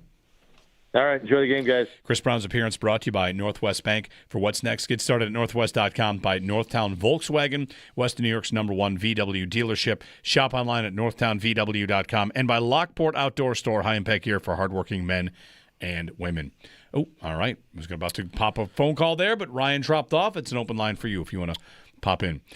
Zach Taylor on 700 WLW in Cincinnati said in the last 15 minutes, I wish I had a decision today. I'm going to take in all the information when asked about Joe Burrow starting this Sunday. He did not rule it out that Burrow could play this Sunday. Went on to say, we don't know yet, and I'm not there yet. One day at practice isn't going to lead to that decision yet. He said yet like 4 times. Yeah. So, chance Burrow plays, and I was not thinking there was a chance he would play. Until this interview. Right, this week. It sounded like he'd be back like next week. Right, Thanksgiving had been the target. Right. Right. If he could play against New England, that could be big. It could be. He would, like that. I actually ran out, like, as soon as I saw it, I went out bet in Cincinnati +7. Because the moment, if he were to play, the moment it's announced he's going to play, what are the Bengals? Is it a pick'em game all of a sudden? Maybe not a pick'em, but they're a small favorite instead of a giant home underdog. You think or they'd be small. Sorry, the Bengals would be a small dog. Yeah. Whereas right now they're a giant underdog. So the Bengals, if you're a Bengals fan and you're waiting for Burrow, New York Times playoff machine puts the Bengals odds to make the playoffs right now at less than 1%. The Bengals? Yeah. Yeah. If they run the table, they'll make it. It's pretty much it. 99%. Not a run the table, maybe. A run the table, yes. Their schedule is not easy for the next 4 weeks. Does that mean if they lose like one that they could get in? Could they lose one and get in 9-8? Yes. Okay. If they lose one and win the rest, 72%. No, that's way high. I thought they would have to be win or you're not in, like win them all. No, but one loss. They can pretty much they can lose one more time and still have a chance. I'm clicking through any 2-loss scenario, and they're down to like under 15%. Man, their next 4 Their games. next 4 games: Patriots, Ravens, Bills, Ravens. That is tough. That is tough. So for Burrow and this matchup, like Bills and Bengals 425, that's kind of juicy if Joe Burrow is playing in it. And it really illustrates that Cincinnati is a loss from the Jets away because they lost to the Jets. Mm-hmm. If they didn't lose that game, they might have survived with Burrow. Again, their defense is a complete disaster. Right. But I'm thinking more about him. I mean, you need New England to lose one of these. Yeah, you need them to lose a game that they shouldn't lose. Suddenly, if Burrow plays, well, you don't that need goes that from unless you think they should lose the Ravens game and lose to you. Right. Then you can be fine. But you got to win them all. You do have to win them all. And I don't think that's realistic. It could happen, but I'm not planning on the Bills winning every single game from here to the end. They'll probably stumble once or twice. That happens to everybody. So with that, I need New England to drop, and suddenly this game goes from New England should beat them to I don't know. It gets a lot closer. I think it's a lot. You could pick Cincinnati. It's tough when you don't know. Like, how much is Burrow rushing back from injury because he feels like there's no margin for error. I got to get back to save the season. But if I get healthy Burrow, suddenly, like, I could see the Bengals beating them and not having it be stupid, where you get block punts and fumbles.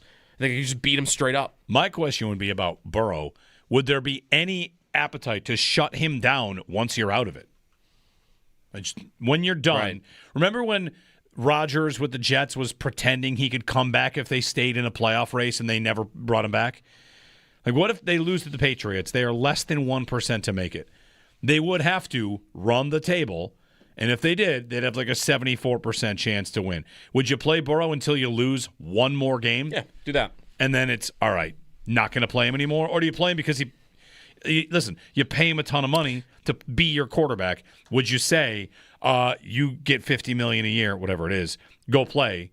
Or would you instead say, listen, you get injured a lot. We're going to make sure we don't do anything in the next 4 weeks that kills next season. All right, so this is perfect then. He's going to go out. He's going to beat the Patriots. He's going to lose to the Ravens, and they'll go, all right, you're shut it down? Then you're done. Back to Flacco for the Bills game. Yeah.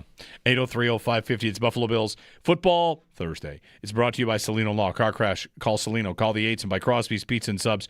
Start your Crosby's Hometown Fuel. Game day ready since 1922.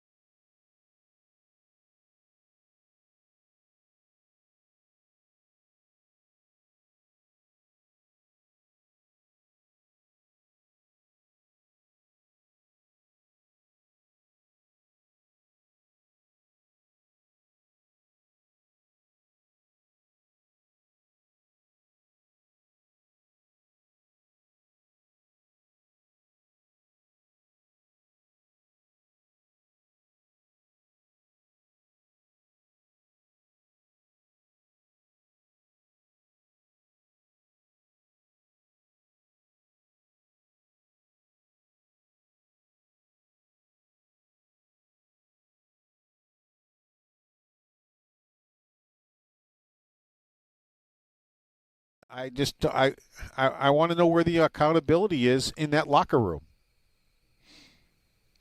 Well, Paul, that's a great question. We said earlier that when Kevin Adams made the change coach from Don Granato to Lindy Ruff, one of the things he said was, "I know the answer," and it was all about accountability. And here we are, like this buzz phrase about accountability yet again is still kind of front and center. So who knows? I kind of joked to Joe the other day. I'm waiting for the next big important thing to happen for them, and I don't know what that is. A trade, a 10-game win streak, probably not. I mean, on a real trade, team, it is somebody getting fired, right? Somebody changed at the top. I mean, maybe Jarmo Kekalainen wants to talk publicly about something, right? Somebody speak on something. I don't know when that'll happen, but it's an organization that kind of leaves you, wanting a lot more in that department. Yeah, no, it's a flawed team. It's a flawed hockey department. It's a flawed team. It's flawed from the top down. I mean, why is Terry Pegula not doing anything about this? The only thing I can say is he must be satisfied with what he's seeing. Otherwise, he would have done something about it. So I can't come up with any other answer other than he's satisfied. He wanted to be heard. That's why Jason Botterill was no longer the GM. He found Kevin Adams because he felt he would be heard, and that must be all he cares about. Because how long does he got to watch this? I mean, this team is worse than it was when Adams took over. So how long does he have to watch this before he does anything at all about it? And the only thing I can surmise is he's okay with it. He doesn't see anything wrong.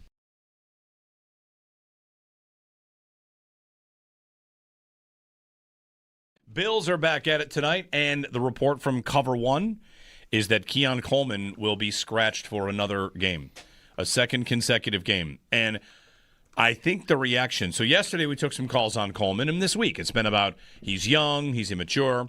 What is the explanation now? Because I don't think it's for another disciplinary miss. Because two receivers are now down also. Yeah. Two receivers no down. Samuel, no McCall Hardman. Hardman's out. Codrington probably goes into that spot. Yep. Samuel goes out. Elijah Moore likely goes into his spot, which means that Coleman has, as of today, planted himself as the last receiver on the depth chart, the guy they don't want to dress. Yes. And they'll play in Houston tonight. I'm kind of surprised. I guess I'm surprised that I'm not surprised. I thought, all right, injuries, he can get back in. It's an opportunity to, show himself again. And instead, they're telling him, you are the last receiver on our depth chart. And we're not. It's a bigger message. And you'd wonder, is it going to last the season? If it were up to them, would they not play him again? Because if that's the case, when do they think they will get him back on the field? Next season? If it's up to them, ideally, what would they do here? I think it's possible that the coach has decided I don't need to see him again. I said that early in the week, for my own psyche. I don't need to see him again. I wonder if McDermott is in the same place. Doesn't mean he won't play. Maybe they'll get injuries and they'll feel like they have to because he knows the offense and whatever. If there's another injury, does Christian Wilkerson come up? Well, that's if you get there, then that's really amazing. The other conversation is if once Gabe signs to the 53, who goes? Mm-hmm. That's a good question, too. Is it Elijah Moore or is it Keon Coleman? Mm-hmm. Because Elijah Moore is up above him in the pecking order. Right. That's the thing. If you have decided, I'm good here, I don't trust him, that's not good. Time for the pick of the week. It's brought to you by Riverfront Auto Sales. This week's pick of the week is a real head turner. 2018 Alfa Romeo Stelvio TI Sport. All-wheel drive, sleek white exterior, bold black interior, and yes, dual sunroofs for that open sky feel. Sporty, luxurious, and built to perform in every season. Hurry over to Riverfront Auto Sales before it's gone. 1379 Niagara Street. Online at riverfrontautosales.com. Call 716-886-1626. Good morning. Jeremy and Joe with you here on WGR. It's Bills and Texans tonight. You had trivia we've not gotten to yet. Is that correct? We've been waiting on this Texans trivia. I do have Texans trivia. I mean, I'm up for some instant trivia. We got a minute here before we talk with Adam Wexler in Houston about the Texans and their season. I mean, maybe even he would struggle with it a little bit. Yeah? I'm not sure. The Texans have an amazing streak going right now. They've had a different leading rusher in 8 consecutive seasons. Okay. 8 different players have led them in rushing in their last 8 years. That includes this year, by the way. Bless you. Okay, so Woody Marks? No. No, it's not this year. Woody Marks. Is Joe Mixon this year? Nope. Who is it this year? Joe Mixon hasn't played this year. I didn't think so. It's not Woody Marks? No. Boy, Hall of Famer. Oh, Nick Chubb. Nick Chubb. Sorry. Nick Chubb. Joe Mixon was last year, though. Joe So I'll Mixon. give you that. Devin Singletary? Correct. Damian Pierce. Correct. If it's 8 years, I think we're still at Arian Foster world. No, we're not quite. Wow. Not quite. No Arian Foster. He was great, though. Yes, he was great. Who's the running back in the Texans' playoff win against the Bills? It's not Tywan Jones leading them in rushing. No. Who is that running back? It's funny. I can't even figure out what year that would be. 1, 2, 2019. 3, 4. No, I know, but like 3, 4, 5, 6. Okay. Chubb, Singletary, Mixon, I'll give you a Pierce. hint. I think the guy from that year was a first-team All-Pro running back with a different team. And he got traded there in a pretty controversial trade. Very controversial trade. David Johnson. David Johnson. DeAndre Hopkins straight up for David Johnson, Yes. right? Pretty much? Yep. He led Houston in rushing. History forgot David Johnson. The humble rumble. He was awesome. I think he had 2,200 yards in a season, rushing plus receiving. He was great. So that's 5. Yep. Running backs to lead the Texans in rushing. Other hints. You've got one of those former Patriot running backs in the Brady years that went to Houston and led them in rushing. By the way, I just want to say, anybody that knows the answers to this, like if I could make a Venn... You're a sicko. Hold on. A Venn diagram. If you know these answers, you are a fantasy football waiver wire rat. Yes. 100%. It's my guess. This is a list of waiver wire You know fantasy these guys, and Yeah. your team... I don't want to say your team stinks. Oh. Maybe it's injuries, but you just know that waiver wire. This player right here has been added and dropped by every team in every league. Everyone's owned this player at least once, but never for more than like a week. Former Patriot? Former Patriot. I think in New England he was more of a pass catcher. See, it's not Ben Jarvis Green Ellis. No. Remember him? It's not Kevin Falk. No. It's too far back. It's not Lawrence Maroney. Too far back. See, No. my brain goes back like 20 years. It's terrible. Right. It's initials. RB. Ron Brooks. No, that's a former Bill. RB. Same first name as a Bills coach. Ronald? The Bills had a head coach named Ronald. You said Bills coach, not head coach. I was going for sorry, Ronald head Curry. coach. That's fair. Rex You're right. Burkhead. Rex Burkhead. There you go. Wow. We got him to Rex Burkhead. I think I can confidently say I've never had Rex Burkhead on any of my fantasy teams ever. That can't be right. I don't think Everyone's I ever had him once. No. Bye week filler that's going to give you 7 points. No. No less, no more. You have a former Dolphins starting running back. Now, this is the furthest back. So this is 8 years ago. This player actually led them 3 years in a row in rushing. Lamar Miller. Lamar Miller. And then what hint could I give you to get to this guy? Ohio State. Ohio State. I think Ohio State. Let me double check that. Ohio State running back. Yeah, Ohio State. Drafted by the Texans? No. The Texans were his 4th team. He did have 1,000 yards for them, though. 1,000 yards, 6 touchdowns in his only season. 2019, so he would have been their starting running back when they played the Bills. Okay, an Ohio State running back in 2019. Yep. Listen, I pulled John Wendling from Wyoming as a that's pretty fifth-round good. pick Yes, out sir. of a hat today, so I've already done my work. Yeah. Initials? CH. Chris? Nope. Same last name as a Bills safety. Hamlin? No. Former Bill safety or current? Former. Former. Carlos Hyde. Carlos Hyde. Good There we go. Good hint. We got him there. Yeah. Those are your 8 leading rushers for the Texans. 8 years in a row. They'll probably have a new leading rusher next year, too. Sure. Why not? Carlos Hyde. Is he a waiver wire star, too?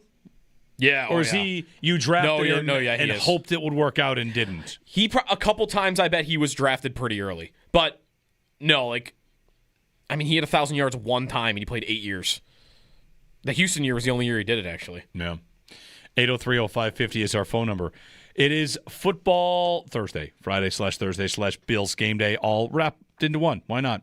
And coming up next, we're going to chat with Adam Wexler, who covers the Texans from Houston on tonight's matchup. What do we need to know about Houston? How can they be beat? I mean, they lose games, right? This defense, we're hearing an awful lot about this defense. And Adam Wexler, Sports Talk 790, joins us on the other side to talk about the Bills matchup with Houston. It's coming up here on WGR.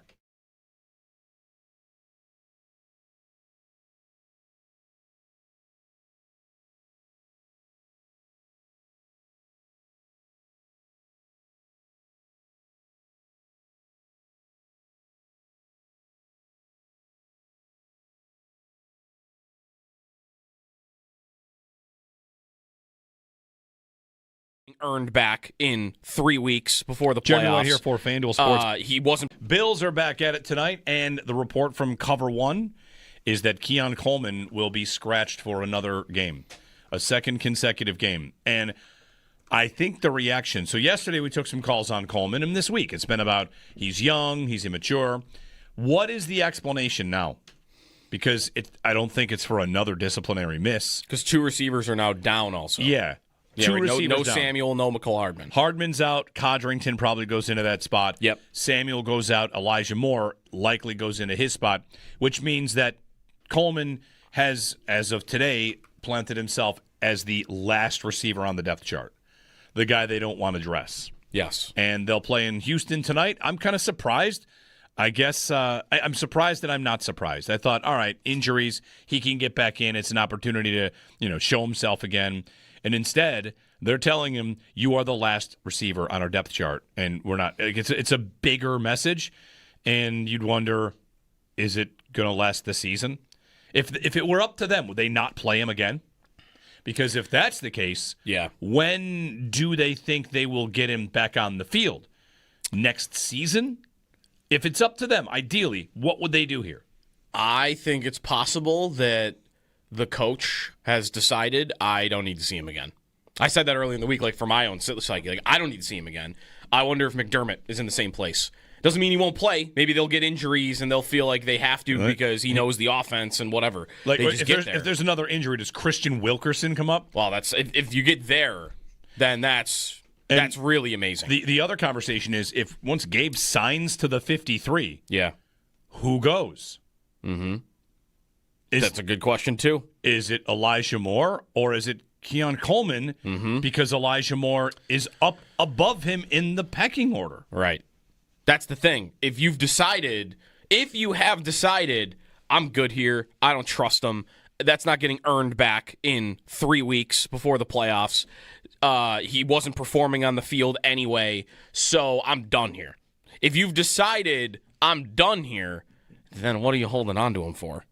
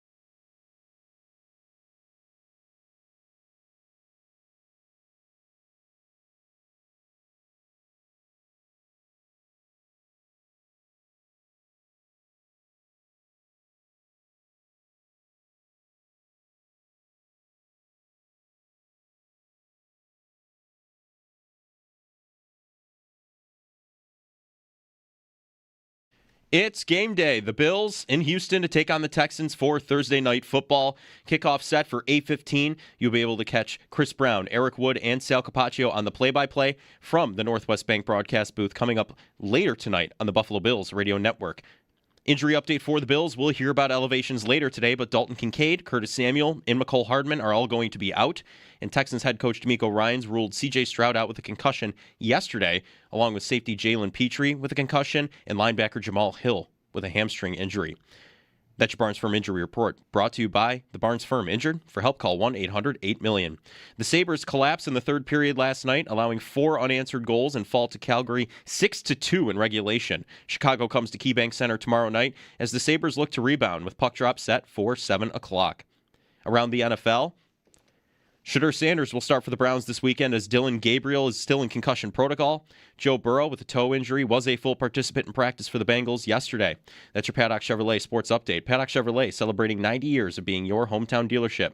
I'm Joe Cali for WGR Sports Radio 550.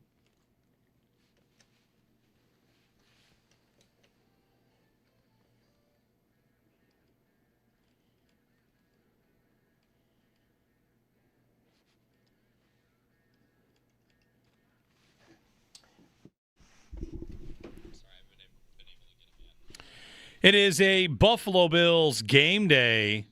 Weather looks nice. Watch it on a patio if you can, right? Why not? Watch it on a patio. It does get cold quick, though. We were doing some... Yeah, have a fire pit. Like tonight, it's going to be 36 by game time. Yeah. We were doing some work on our deck yesterday, and when we started, I was wearing like a hoodie and felt super comfortable, and I was ice cold by the time we were done. It got so cold so fast. Yeah. Meanwhile, yesterday, what's happening in my house these days, you know how we have that open, we play to the show, the shorts every day guy? Like people wear shorts every day. Yeah. You know, some people are, those shorts every day guys wearing shorts still. Right? Yeah. These are the tough days. These are when you earn the title of shorts every day guy. I think days my like this. son is going to, in his life, be a shorts every day guy. Really? Yeah, because it's impossible to get him to wear pants even when it's this cold in our current arrangement. Any pants? Like... Yeah. Well, outside pants to school. No. He wants to wear shorts even when it's this cold. The current arrangement is he's wearing like a base layer. About like the thin and then jogger pants. Doesn't like, want them. No? Doesn't want them. He's not fast enough. That's what he says. He's not fast enough. He needs to be ready. I love that as an answer. He needs to be fast. And he doesn't want to wear pants. So I like that as an answer. The compromise has been like base layer, leggings you'd wear under a ski suit, and shorts over those. So he's still got shorts on, like the athletic leggings, kind of Yes. like they come down to your knees, like or even further, like an NBA player. Yes, those are pretty sick. He will do that. I think he's going to be the coolest kid in school. He's got those. He's just due to be a shorts everyday guy. Yeah. What can you say? That's really, you're kind of the shorts everyday guy, though. Well, are they going all the way down? In this case, underneath? you have parents who will not let you be the version of the shorts everyday guy you want to be. Right. But by the time you're 15, 17, 23, is he just going to rock shorts every day? I also think about him as a kid who, in the future, will be shirtless at a Bills game. Because he comes out, it's 28 degrees, walks out the door. I'll take my jacket off. Yeah. Okay. You want me to put it right back on because you're cold? Nope. Maybe he runs at a different temperature. I don't know. Tarzan, so basically. He's going to be Tarzan? Yeah, Okay. Maybe. Got it. 803-0550. Wide open phone lines for you. Let me get the results. We're trying to connect with Adam Wexler in Houston, and when we do, we'll bring that to you. In the meantime, we have a Twitter poll up about the Keon Coleman conversation. Mm-hmm. When do you next expect to see him in a Bills uniform? Next week, Pittsburgh. December or later, only due to more injuries, or next year or maybe never. Leading the way is more injuries. Like eventually they'll get there if they really have to. Mm-hmm. Shavers, Davis, Palmer, something like that. So you can give us a ring. Adam Wexler joins us on the Wester Hotline to chat about this matchup. Adam, thanks for joining us. Jeremy and Joe. What about these Houston Texans? How dangerous are they for any team that kind of goes in there to Houston? Their defense is very, very dangerous. I don't think their offense. I definitely would not use the word dangerous. They're capable, and they obviously have managed to win each of their games with C.J. Stroud on the sidelines. But dangerous defense for sure. Haven't been a huge scoring defense, but that could change in any game with how much they get to the quarterback. Is there any spot defensively they can be got play action, run game, run on the edges, or is it pretty much around the board, like fully sound in every aspect? I mean, they're fully sound, but I think every defense. I mean, I just think it's impossible as a defense to think there's no way to be beaten. I think James Cook out of the backfield, any of the running backs out of the backfield, maybe their linebackers in coverage is an area you might look at.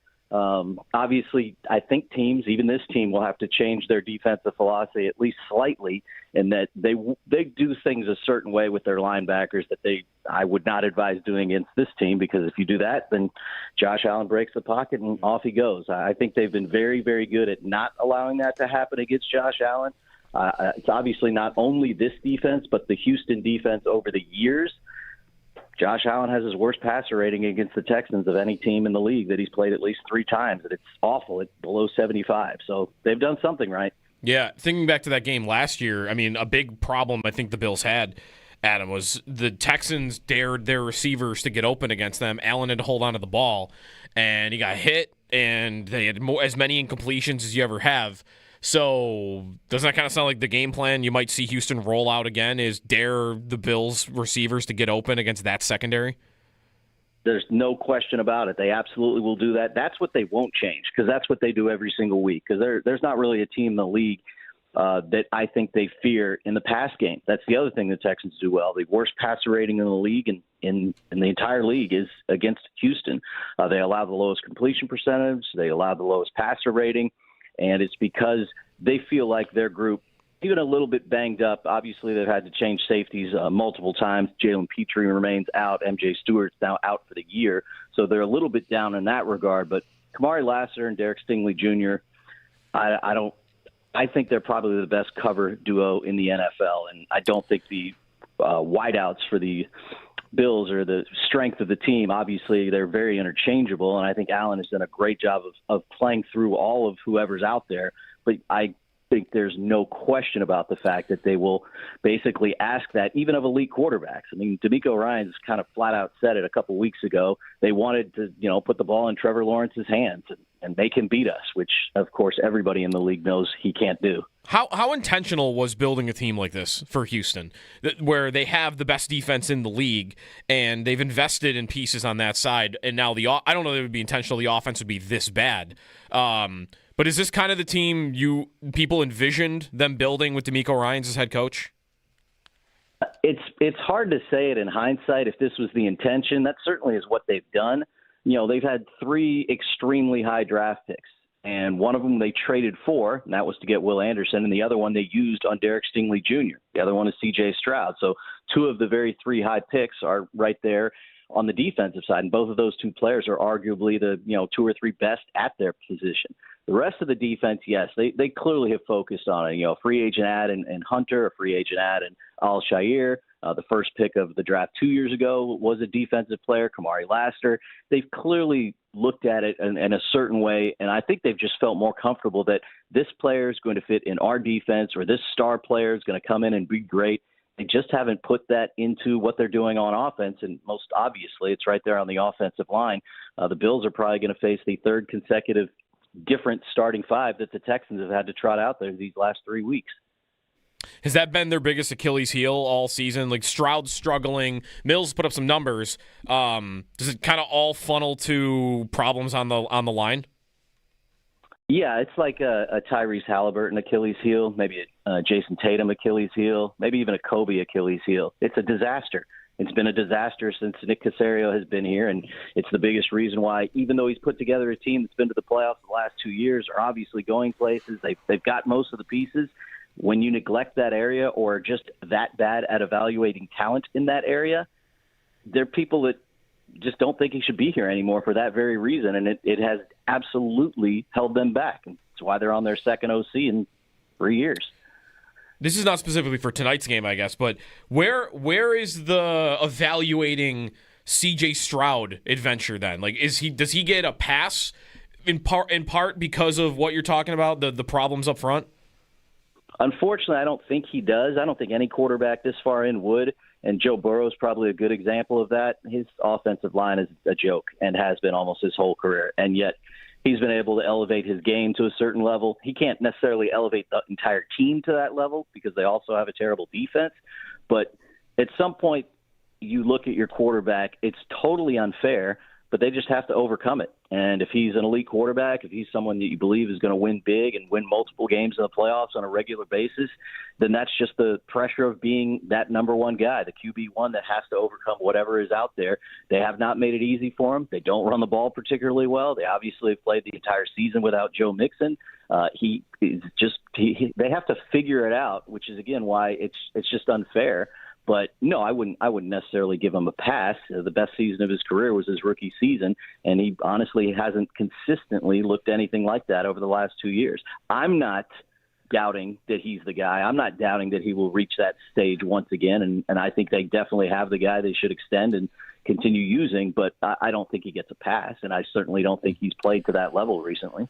Adam Wexler on the Texans joining us on the Western Hotline. Adam, thanks for the time, and enjoy the game tonight. Appreciate it. Bills and Texans. One quick thing on the Texans I found that is, I don't know, it's a very small note, but it's interesting. Adam, by the way, from Sports Talk 790 there in Houston, and also Rockets radio game analyst and host.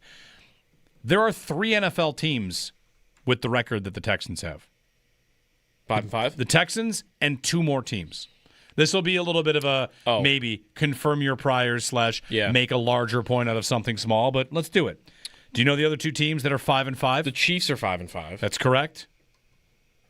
And is there an NFC team? No, it's another AFC team. Who in the the Ravens. The Ravens.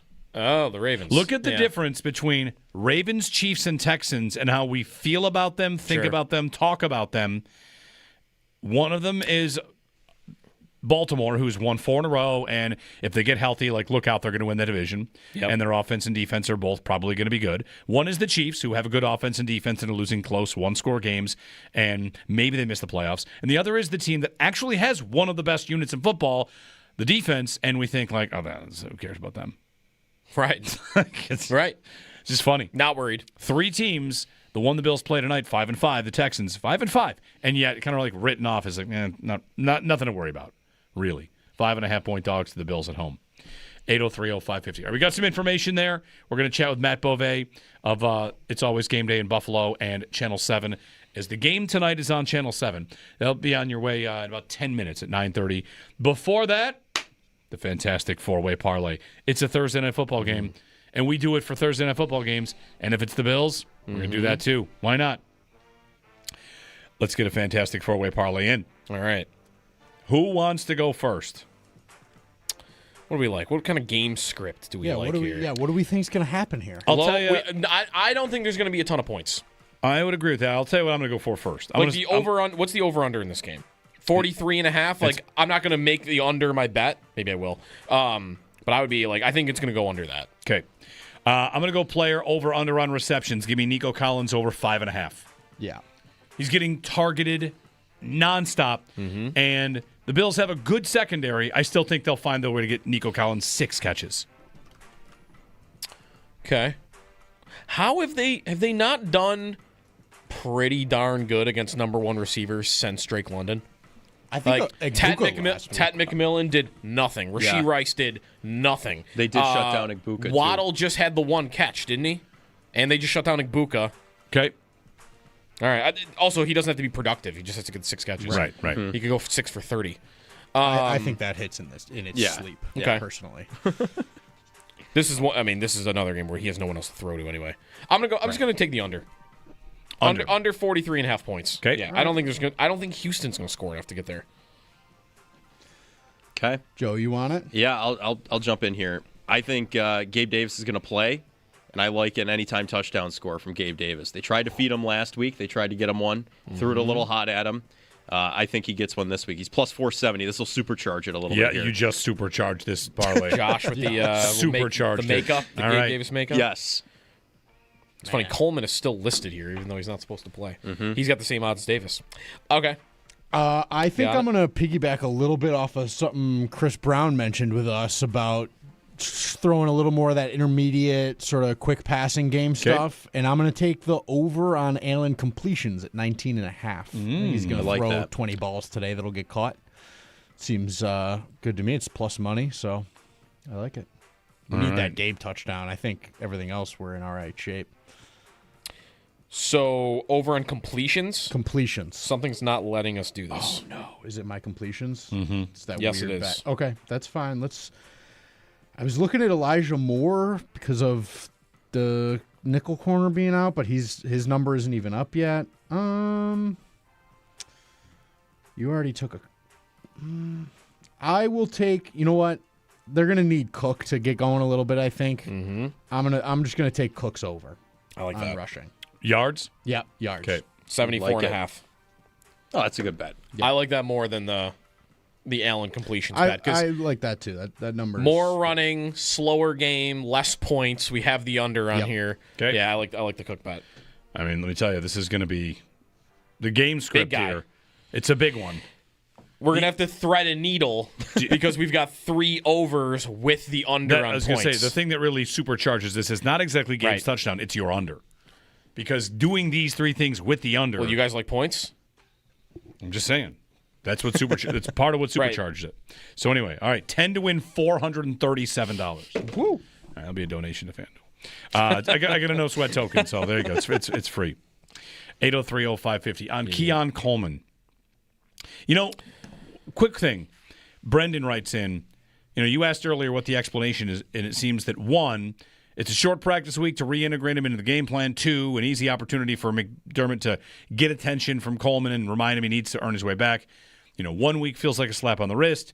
Logical next step after benching him for a drive and benching him for a quarter is this shows it's more than just that. It's not something Keon to dismiss at the proportionate prescribed punishment to just shrug off. That's what Brendan writes in. I think it's just that they know he's not good. Isn't that the most reasonable scenario? He's not good. He's not good at the job. He got suspended. We saw someone else do the job. Someone else is better at it. He gets it back when he's better.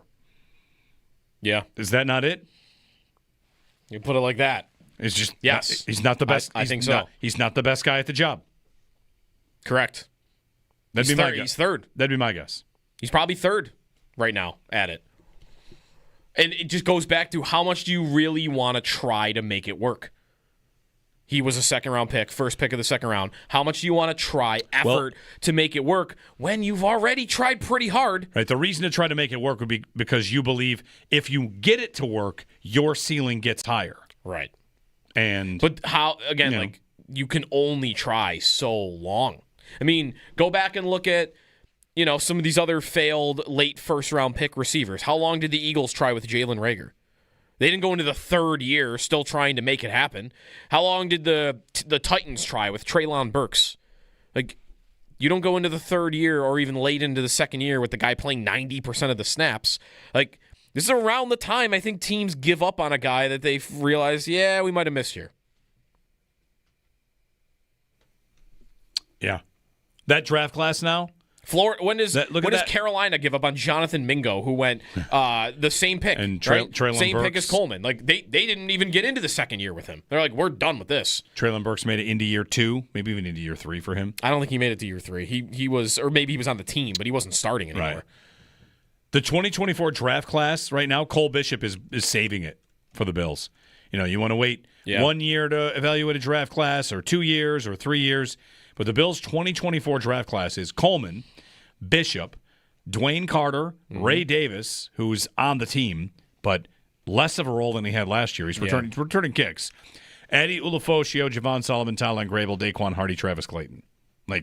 Full draft class off a team that 9 picks, by the way. 9 picks.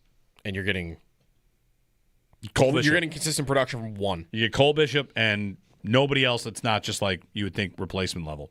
So anyway. Brutal. But Bishop is making that pick look good. Really good. And Dwayne Carter, I don't know if that's ever going to happen. We'll see. It wasn't trending towards it happening. No, it was not. It was not. Anyway, Matt Bove joins us from Houston when we return. The game tonight is on Channel 7, so a reminder, if you don't have Amazon Prime, you can watch the game on Channel 7. You can, of course, hear the game here on WGR as well. 803-0550, our number here on a Football Thursday on WGR. I want to know where the accountability is in that locker room. Well, Paul, that's a great question. We said earlier that when Kevin Adams made the change coach from Don Granato to Lindy Ruff, one of the things he said was, "I know the answer," and it was all about accountability. And here we are, like this buzz phrase about accountability yet again is still kind of front and center. So who knows? I kind of joked to Joe the other day. I'm waiting for the next big important thing to happen for them. And I don't know what that is, a trade, a 10-game win streak, probably not. I mean, on a real trade, team, it is somebody getting fired, right? Somebody changed at the top. I mean, maybe Jarmo Kekalainen wants to talk publicly about something, right? Somebody speak on something. I don't know when that'll happen, but it's an organization that kind of leaves you, wanting a lot more in that department. Yeah, no, it's a flawed team. It's a flawed hockey department. It's a flawed team. It's flawed from the top down. I mean, why is Terry Pegula not doing anything about this? The only thing I can say is he must be satisfied with what he's seeing. Otherwise, he would have done something about it. So I can't come up with any other answer other than he's satisfied. He wanted to be heard. That's why Jason Botterill was no longer the GM. He found Kevin Adams because he felt he would be heard, and that must be all he cares about. Because how long does he got to watch this? I mean, this team is worse than it was when Adams took over. So how long does he have to watch this before he does anything at all about it? And the only thing I can surmise is he's okay with it. He doesn't see anything wrong.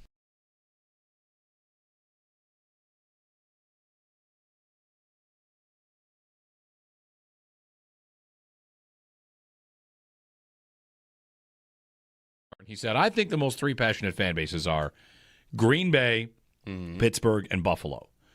Okay. You hear those a lot. Yeah, not in any particular order. And then he asked me, why is it like that here? Why is it so passionate? And to be put on the spot, like, why does everybody care so much? I thought, all right. And I tried on an answer in real time just because I don't know. I think it's without a doubt like one of the most intense loves of a team here. Why is it like that?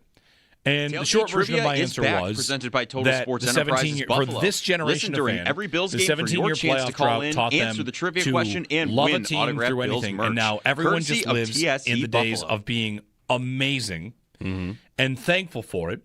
That also that generation thought the team might move for years and years and years. Sure. And now they're not moving, and in fact, a new stadium's going in, and we're going to experience that life because it puts the city on the map. Because also with the way they've been successful lately, this generation has been close to a Super Bowl but never appeared in one, and can connect with the previous generation, which lived through all that. So your dad, your grandpa, everybody wants it the same. Right. It's not like a team where, the fans that have been fans for 30 years have 3 Super Bowls, and the new fans have none. This is every living fan. Everyone's on the same page. Yes, everyone's on the same page. Every living fan, and also every deceased fan. Like you want them to win for someone that's no longer with us. Like that was my answer. That everybody is aligned for this idea. The Packers and the Steelers, who we mentioned, like they have Super Bowls. They have 1 million of them. Right. Same. Well, that's kind of the same thing. Like even though it's theirs is they've won them, and here we haven't.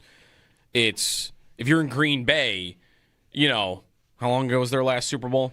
If you're my age, you that's right in your wheelhouse, right? Like the Rodgers Super Bowl from 10, 15 years ago. But then your dad and your grandpa are going to have Super Bowls too. Yeah. Like so everybody's kind of got their own. Yep. Pittsburgh is probably pretty close to the same thing.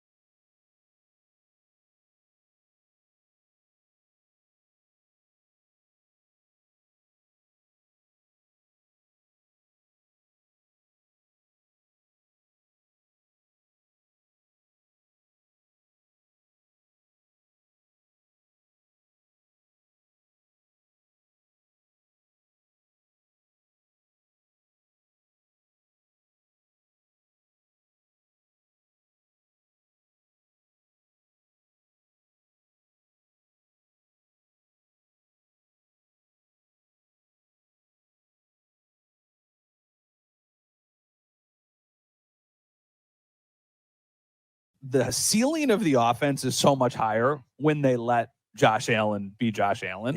That I almost think that you want teams to try and focus in on the run, because I think that gives you a higher ceiling and allows more explosive plays. And then if they are like, okay, we're going to focus on stopping Josh Allen, that should open. It's just a give and a take. And I know that you need to be able to run the ball. The thing I would say I give the Bills credit for was that even in the first half when they didn't run the ball well, in the second half they were able to run the ball pretty effectively, especially in the fourth quarter when they needed to, and they were, breaking off some chunk plays early on in those downs. If they focus in on James Cook, there should be matchups that can be won in the passing game. And even with a great, great, great Texans defense, I feel like there are wins to be had there. Matt Beauvais, he'll join us right now. Co-host of the It's Always Game Day in Buffalo podcast with our man Sal Capaccio. And he joins us from Houston, sports director, WKBW. Good morning, Matt. The game is on KBW tonight, right? On Channel 7, which is nice for anyone in this area to know. If you don't have Amazon Prime, you will have access to the game. Yes, exactly. Thank you guys for having me. I appreciate it. We're excited. Obviously, every time we've got a Bills game on, we get really, really excited about it. But it is a good reminder for everybody who lives in the Buffalo TV market. You do not need to have Amazon to be able to watch the game tonight. And I know that pretty much everybody with a TV in Buffalo is going to be watching the game in some capacity. So our coverage starts at 7:30, and we hope we can see you there. Well, it's a big one for the Bills. I mean, they were all big to stay in the playoff, or whatever, stay in the division race. I think they're going to stay in the playoff race no matter what. But the division race, they can't afford many slip-ups. There you're talking about how they can win against this Texans defense. Let's start with this offense, which found a formula against Tampa. And while I don't know that they can do that exact same thing tonight, it is, to me, Matt, one of the most encouraging games we've seen this year because of that formula and maybe seeing it in future games against New England, against Cincinnati, and on and on. Philadelphia maybe even, where you're leaning more into the ball in Josh Allen's hands, which is usually a good thing. Yeah, definitely it is. And I think that, honestly, bringing back a player like Gabe Davis did a lot for the offense, and I know that he only had the 3 catches for 40 yards, so it's not like the stats completely jumped off the page, but there were plays that he was making that were opening things up for others. Like the perfect example of that is the James Cook receiving touchdown, where a bunch of guys just kind of sucked into Gabe, who was running down the field, and then James Cook was completely wide open. Just being able to stretch the field does so much for the passing game and the offense, not even when you were going down the field. It just opens things, and I think that's the difference between a game where you had a Gabe Davis and a Josh Palmer back, as opposed to a game when, like, Keon is on the field. And that's not to say that he doesn't have a skill set that this offense needs to eventually figure out. But I don't think teams are worried about Keon Coleman down the field. In that way, they can kind of focus on making sure that everything's in front of them. When somebody runs down the field, it opens things up. So I would like to see more of the same, even in a game against a great defense.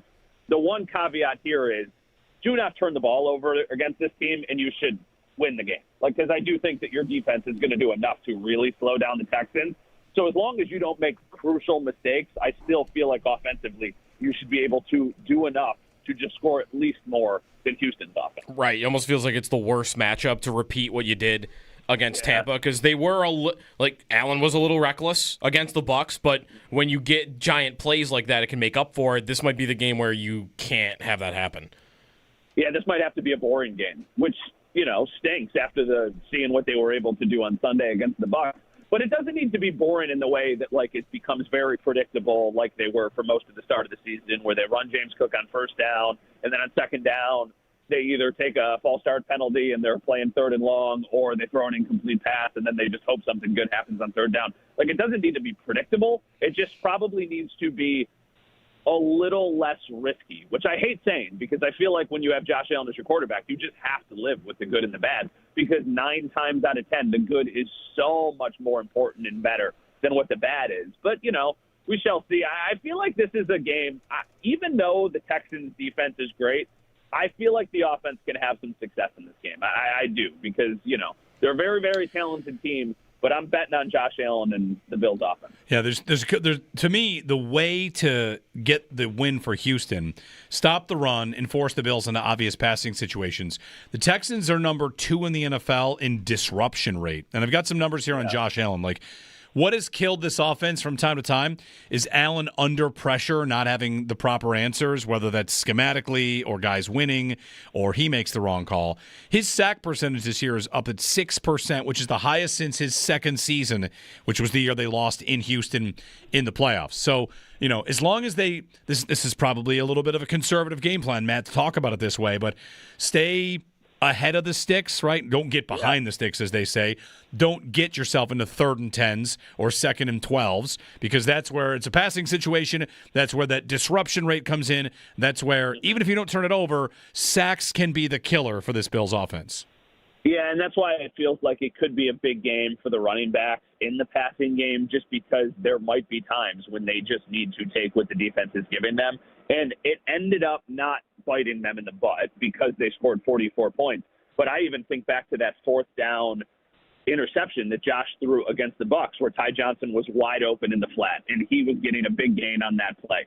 Like, those need to be the plays that you just make sure you're taking against a defense like the Texans, because you also know, like, okay, as long as we don't make the crucial mistake, I like our defense's chances at least slowing down the Texans and giving us some favorable situations. And I think being able to create some chaotic plays against their team. So, yeah, I feel like this is a game where we see Ty Johnson involved in the passing game, where we see James Cook involved in the passing game. And I think that this could be a Khalil Shakir spot, too, because it's been a bit of a quiet stretch for him. I feel like in a game like this, he is valuable for kind of taking what the defense is giving you and just trying to go down the field methodically as opposed to these huge chunk plays.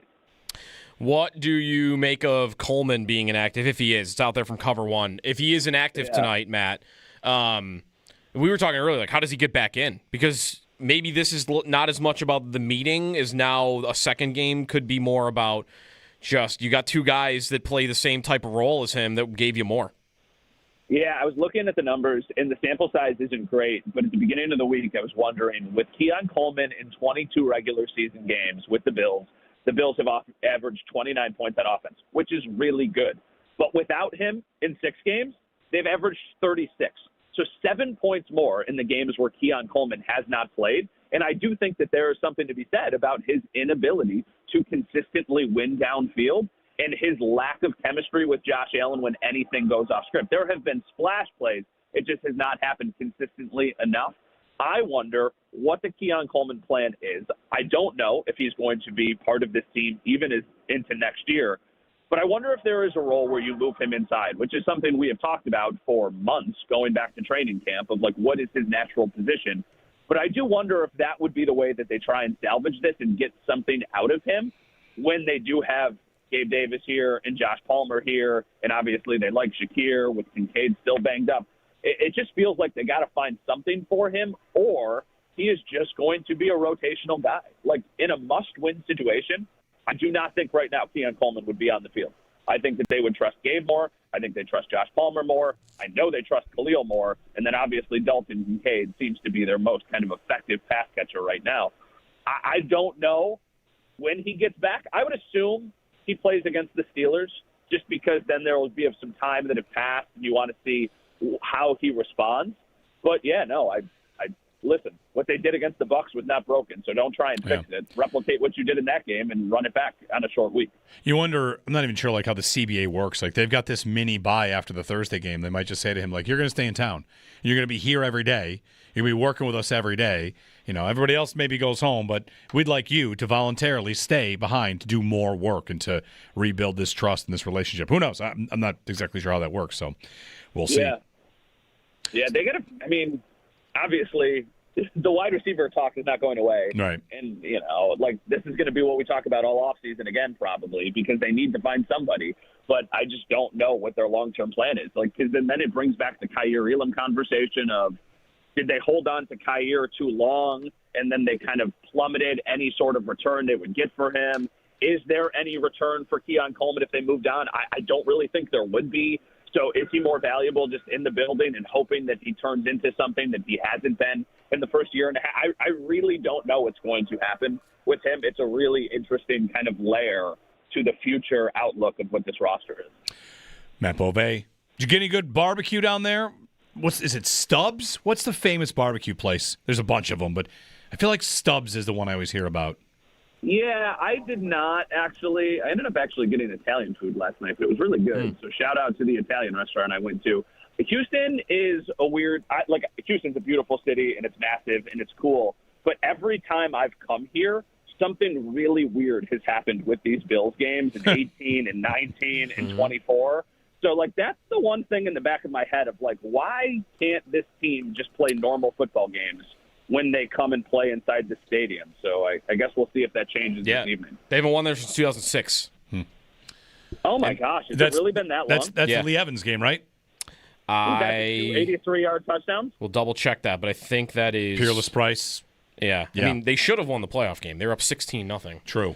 How crazy is – I've thought about the playoff game a lot this week. That game was bananas. And this team has played some insane football games over the years, but that was kind of our first, dip into the waters of the chaos that is Josh Allen. That game was nuts. Yep. Remember the kickoff at the start of the second half? Yeah, where the I was guy just talking about that. And the Bills picked it up, and it was touchdown. No, he gave himself up. And just there were so many layers to that game that are just ridiculous. The mystery black coat referee that came on the field and overruled the head referee that took the touchdown off the board. How about the fact that Allen scored his first playoff touchdown in that game, Matt, and he caught it from John Brown?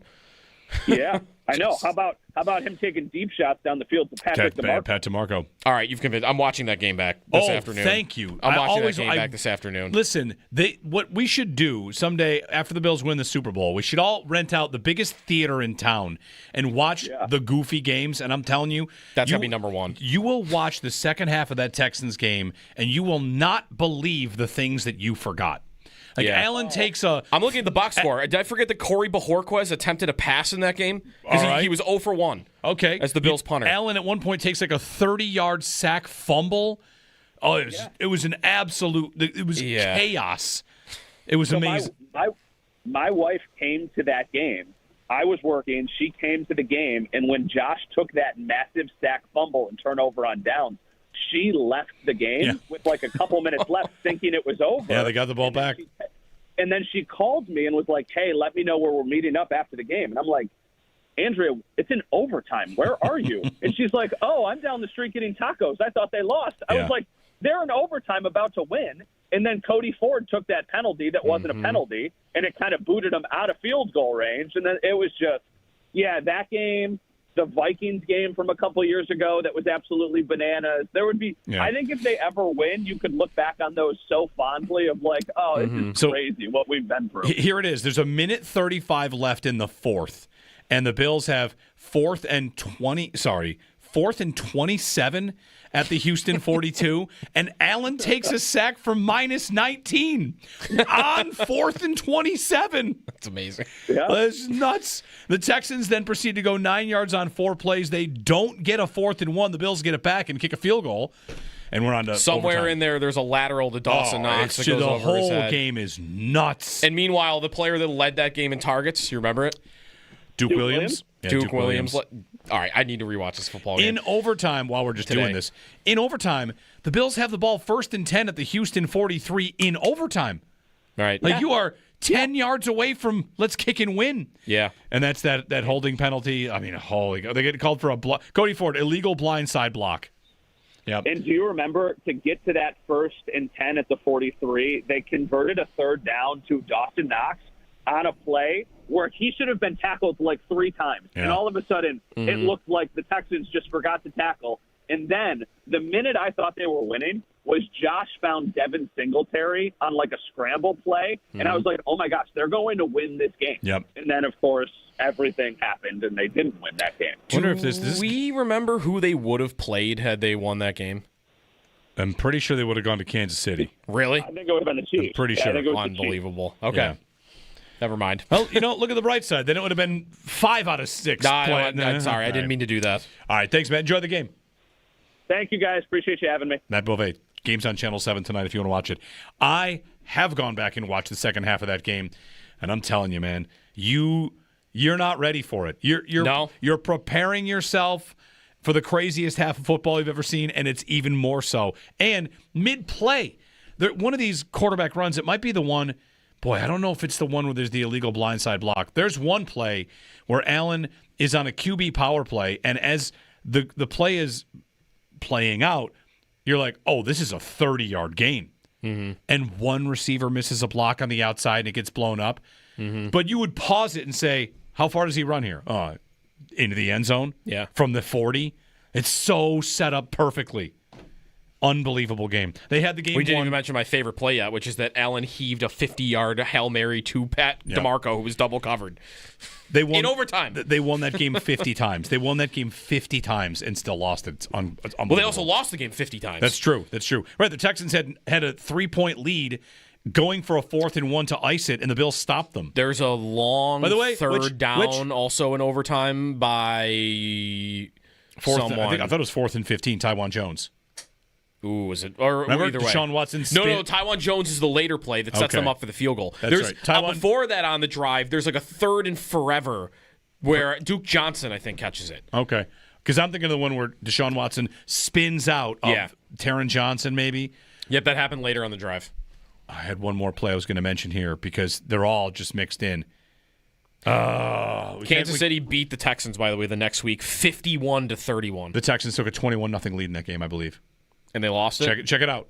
Because that's So the Bills would have played the Chiefs. Yes. That's when I thought, in this era of the Chiefs, this new era we have now lived in for a while, even with their bad offenses, that Chiefs game, the Chiefs were down maybe 21-0 to the Texans. They were also down big to the Titans that year in the AFC Championship game. It was 24-0. 24-0. 10 minutes to go in the second quarter. And what did they do? In the second quarter, so Kaimi Fairbairn hits a field goal early in the second quarter. 24-0. And in the next 9 minutes, the Chiefs, Mahomes threw 4 touchdowns in the next 9 minutes. Right. How did they have time to do that? That was the day, and like this is my origin story for why do you want the Bills to only draft receivers and go guns a-blazing and say defense schmefense? Because that day that became how to win the AFC. That's how. No one is ever safe. These super quarterbacks exist. You have one of them. Be that, and that's the 13 seconds game. The next year, right, is exactly that. And we've been living in that reality ever since, even though both these teams decided to kind of come back to earth. All right, what a memory lane trip. There was one more. There was one more play? Oh, no. What I was going to say was listen, how a game ends matters. The story is McDermott's defense blew a 16-point lead in the playoffs. The other part of the story is they made a 4th down stop at 19-16 to get the ball back to force overtime. Yeah. Then they made a stop in overtime to get you the ball to win it, and your offense didn't get the job done. I would say historically, McDermott doesn't get a lot of blame for that game. I think that game is remembered for Allen went crazy and he lost it. Right? Allen gets the blame. He was for that 24 game. for 46. I mean, McDermott threw almost a whole overtime. The defense allowed 22 points. And remember, Deshaun Watson was an elite quarterback at that time. Mm-hmm. Like, that's actually one of McDermott's better. Yeah. That might be. Could you say that's his best defensive performance in the playoffs that day? Maybe. Allen, that day, his QBR was 42. Yikes. John Brown's QBR was 100. 1 for 1, 16 yards. I've got a 39 Bajorquez incomplete. What is the Bajorquez play? I don't. Someone give it to me. Why did the punter attempt to pass? What was it? Did they go for a fake punt on a 4th down? Wouldn't we remember that? I'm going to find it. When did Bajorquez attempt to pass? I want to know what the Was there a Bajorquez bad play snap? is. Was there a fake punt? There wasn't a fake punt, right? Like, I think we'd remember it if it was a fake punt. I don't know. I don't have an explanation. I'm going all the times they fumble here. Where did Bajorquez? There's so many plays. There's so many plays. So many plays. Yeah, the number of possessions in this game: 1, 2, 3, 4, 5, 6, 7, 8, 9, 10, 11. Well, anyway. All right. Texans. What a game. What a game. Texans. I don't memories. think tonight will match it. No. If it does, well, you know what? Good. I could use the entertainment.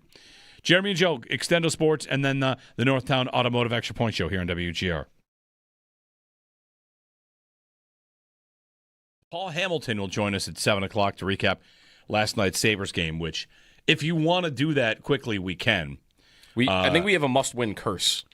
Well, I think if we call it a must-win, they're going to lose. Fair enough. Sure. It's a fireable game. Yeah, someone should get fired. It's a fireable game. Someone should get fired. It's unbelievable they lost that game. And the fact they lost it 6-2. They got blown out by the worst team in the league at home and said that the other team wanted it more. And somebody should get fired. Really, that right. The general manager should, of course, be fired soon. Yes. As soon as possible to get anybody thinking the organization is taking anything seriously. The general manager, why should he be fired for last night's game? Well, he shouldn't be fired for last night's game. When he fired Don Granato, who had led the Sabres to their best season of the drought the year before, when he fired Don Granato, he said, I know what the answer is, and he pounded his chest or the table all about accountability. The whole thing was accountability. And they've only gotten worse, and they say that they think they're too good. Tage Thompson last night, one of the comments, we've heard it before from them, we win a couple of games, all of a sudden we think we're too good. Lindy Ruff, I think we thought it was going to come easy. Matthias Samuelsson, too many passengers. 2 years ago, the GM fired a coach that had had a good season. A good season. Not many people have good seasons over there. They fired Granato, said, I know the answer, and they've gotten worse, and their accountability is probably less. Maybe less. So he should have gone probably long before that move, and he should probably go. And now you're in last place. In the East. You're losing to last place in the West at home after they played the night before with a backup goaltender. I mean, listen. It doesn't get worse than that. Can I catch that last place team in the West?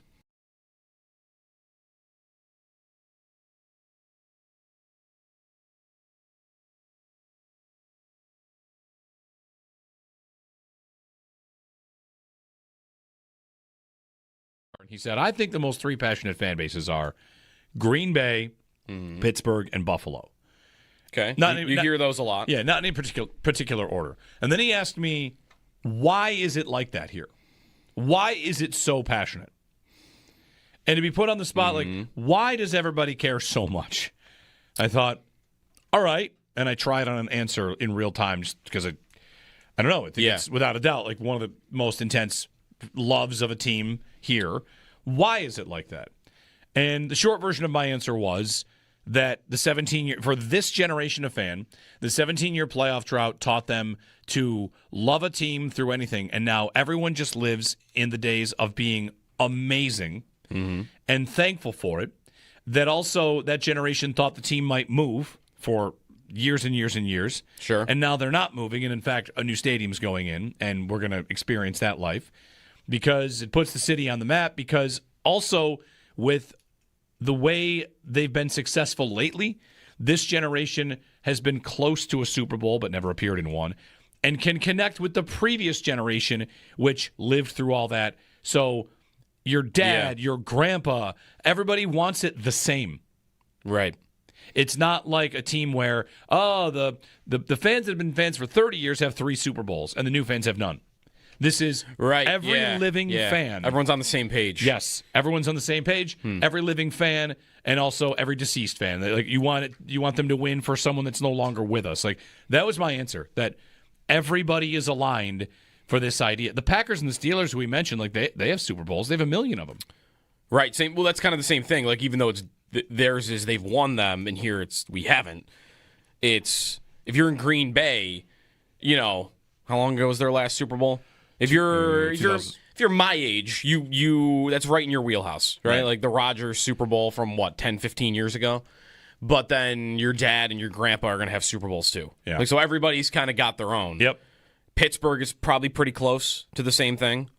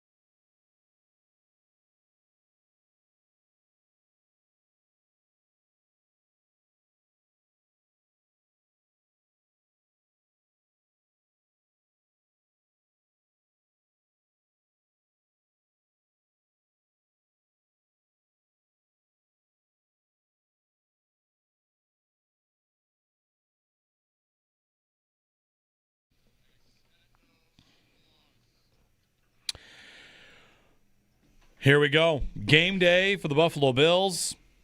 Bills and Texans tonight. Joe and I were just watching the fourth quarter and overtime of the playoff game in Houston. I'm going to watch the whole thing. It lives up to it. It really does. It's watching it. It's like it might be the greatest football game that's ever been played. It should be in the conversation. With 13 seconds? It's crazier than 13 seconds because I think it happens longer than 13. 13 seconds is 2 minutes of football. Chaos. This is like a This quarter. was 3/4 of chaos. Yeah, it was nuts. All right. Northtown Automotive Extra Point show's coming up. We're back tomorrow. We'll, of course, have a full breakdown of the game and, hopefully have ourselves a Victory Friday. Cheers. Enjoy. Talk then.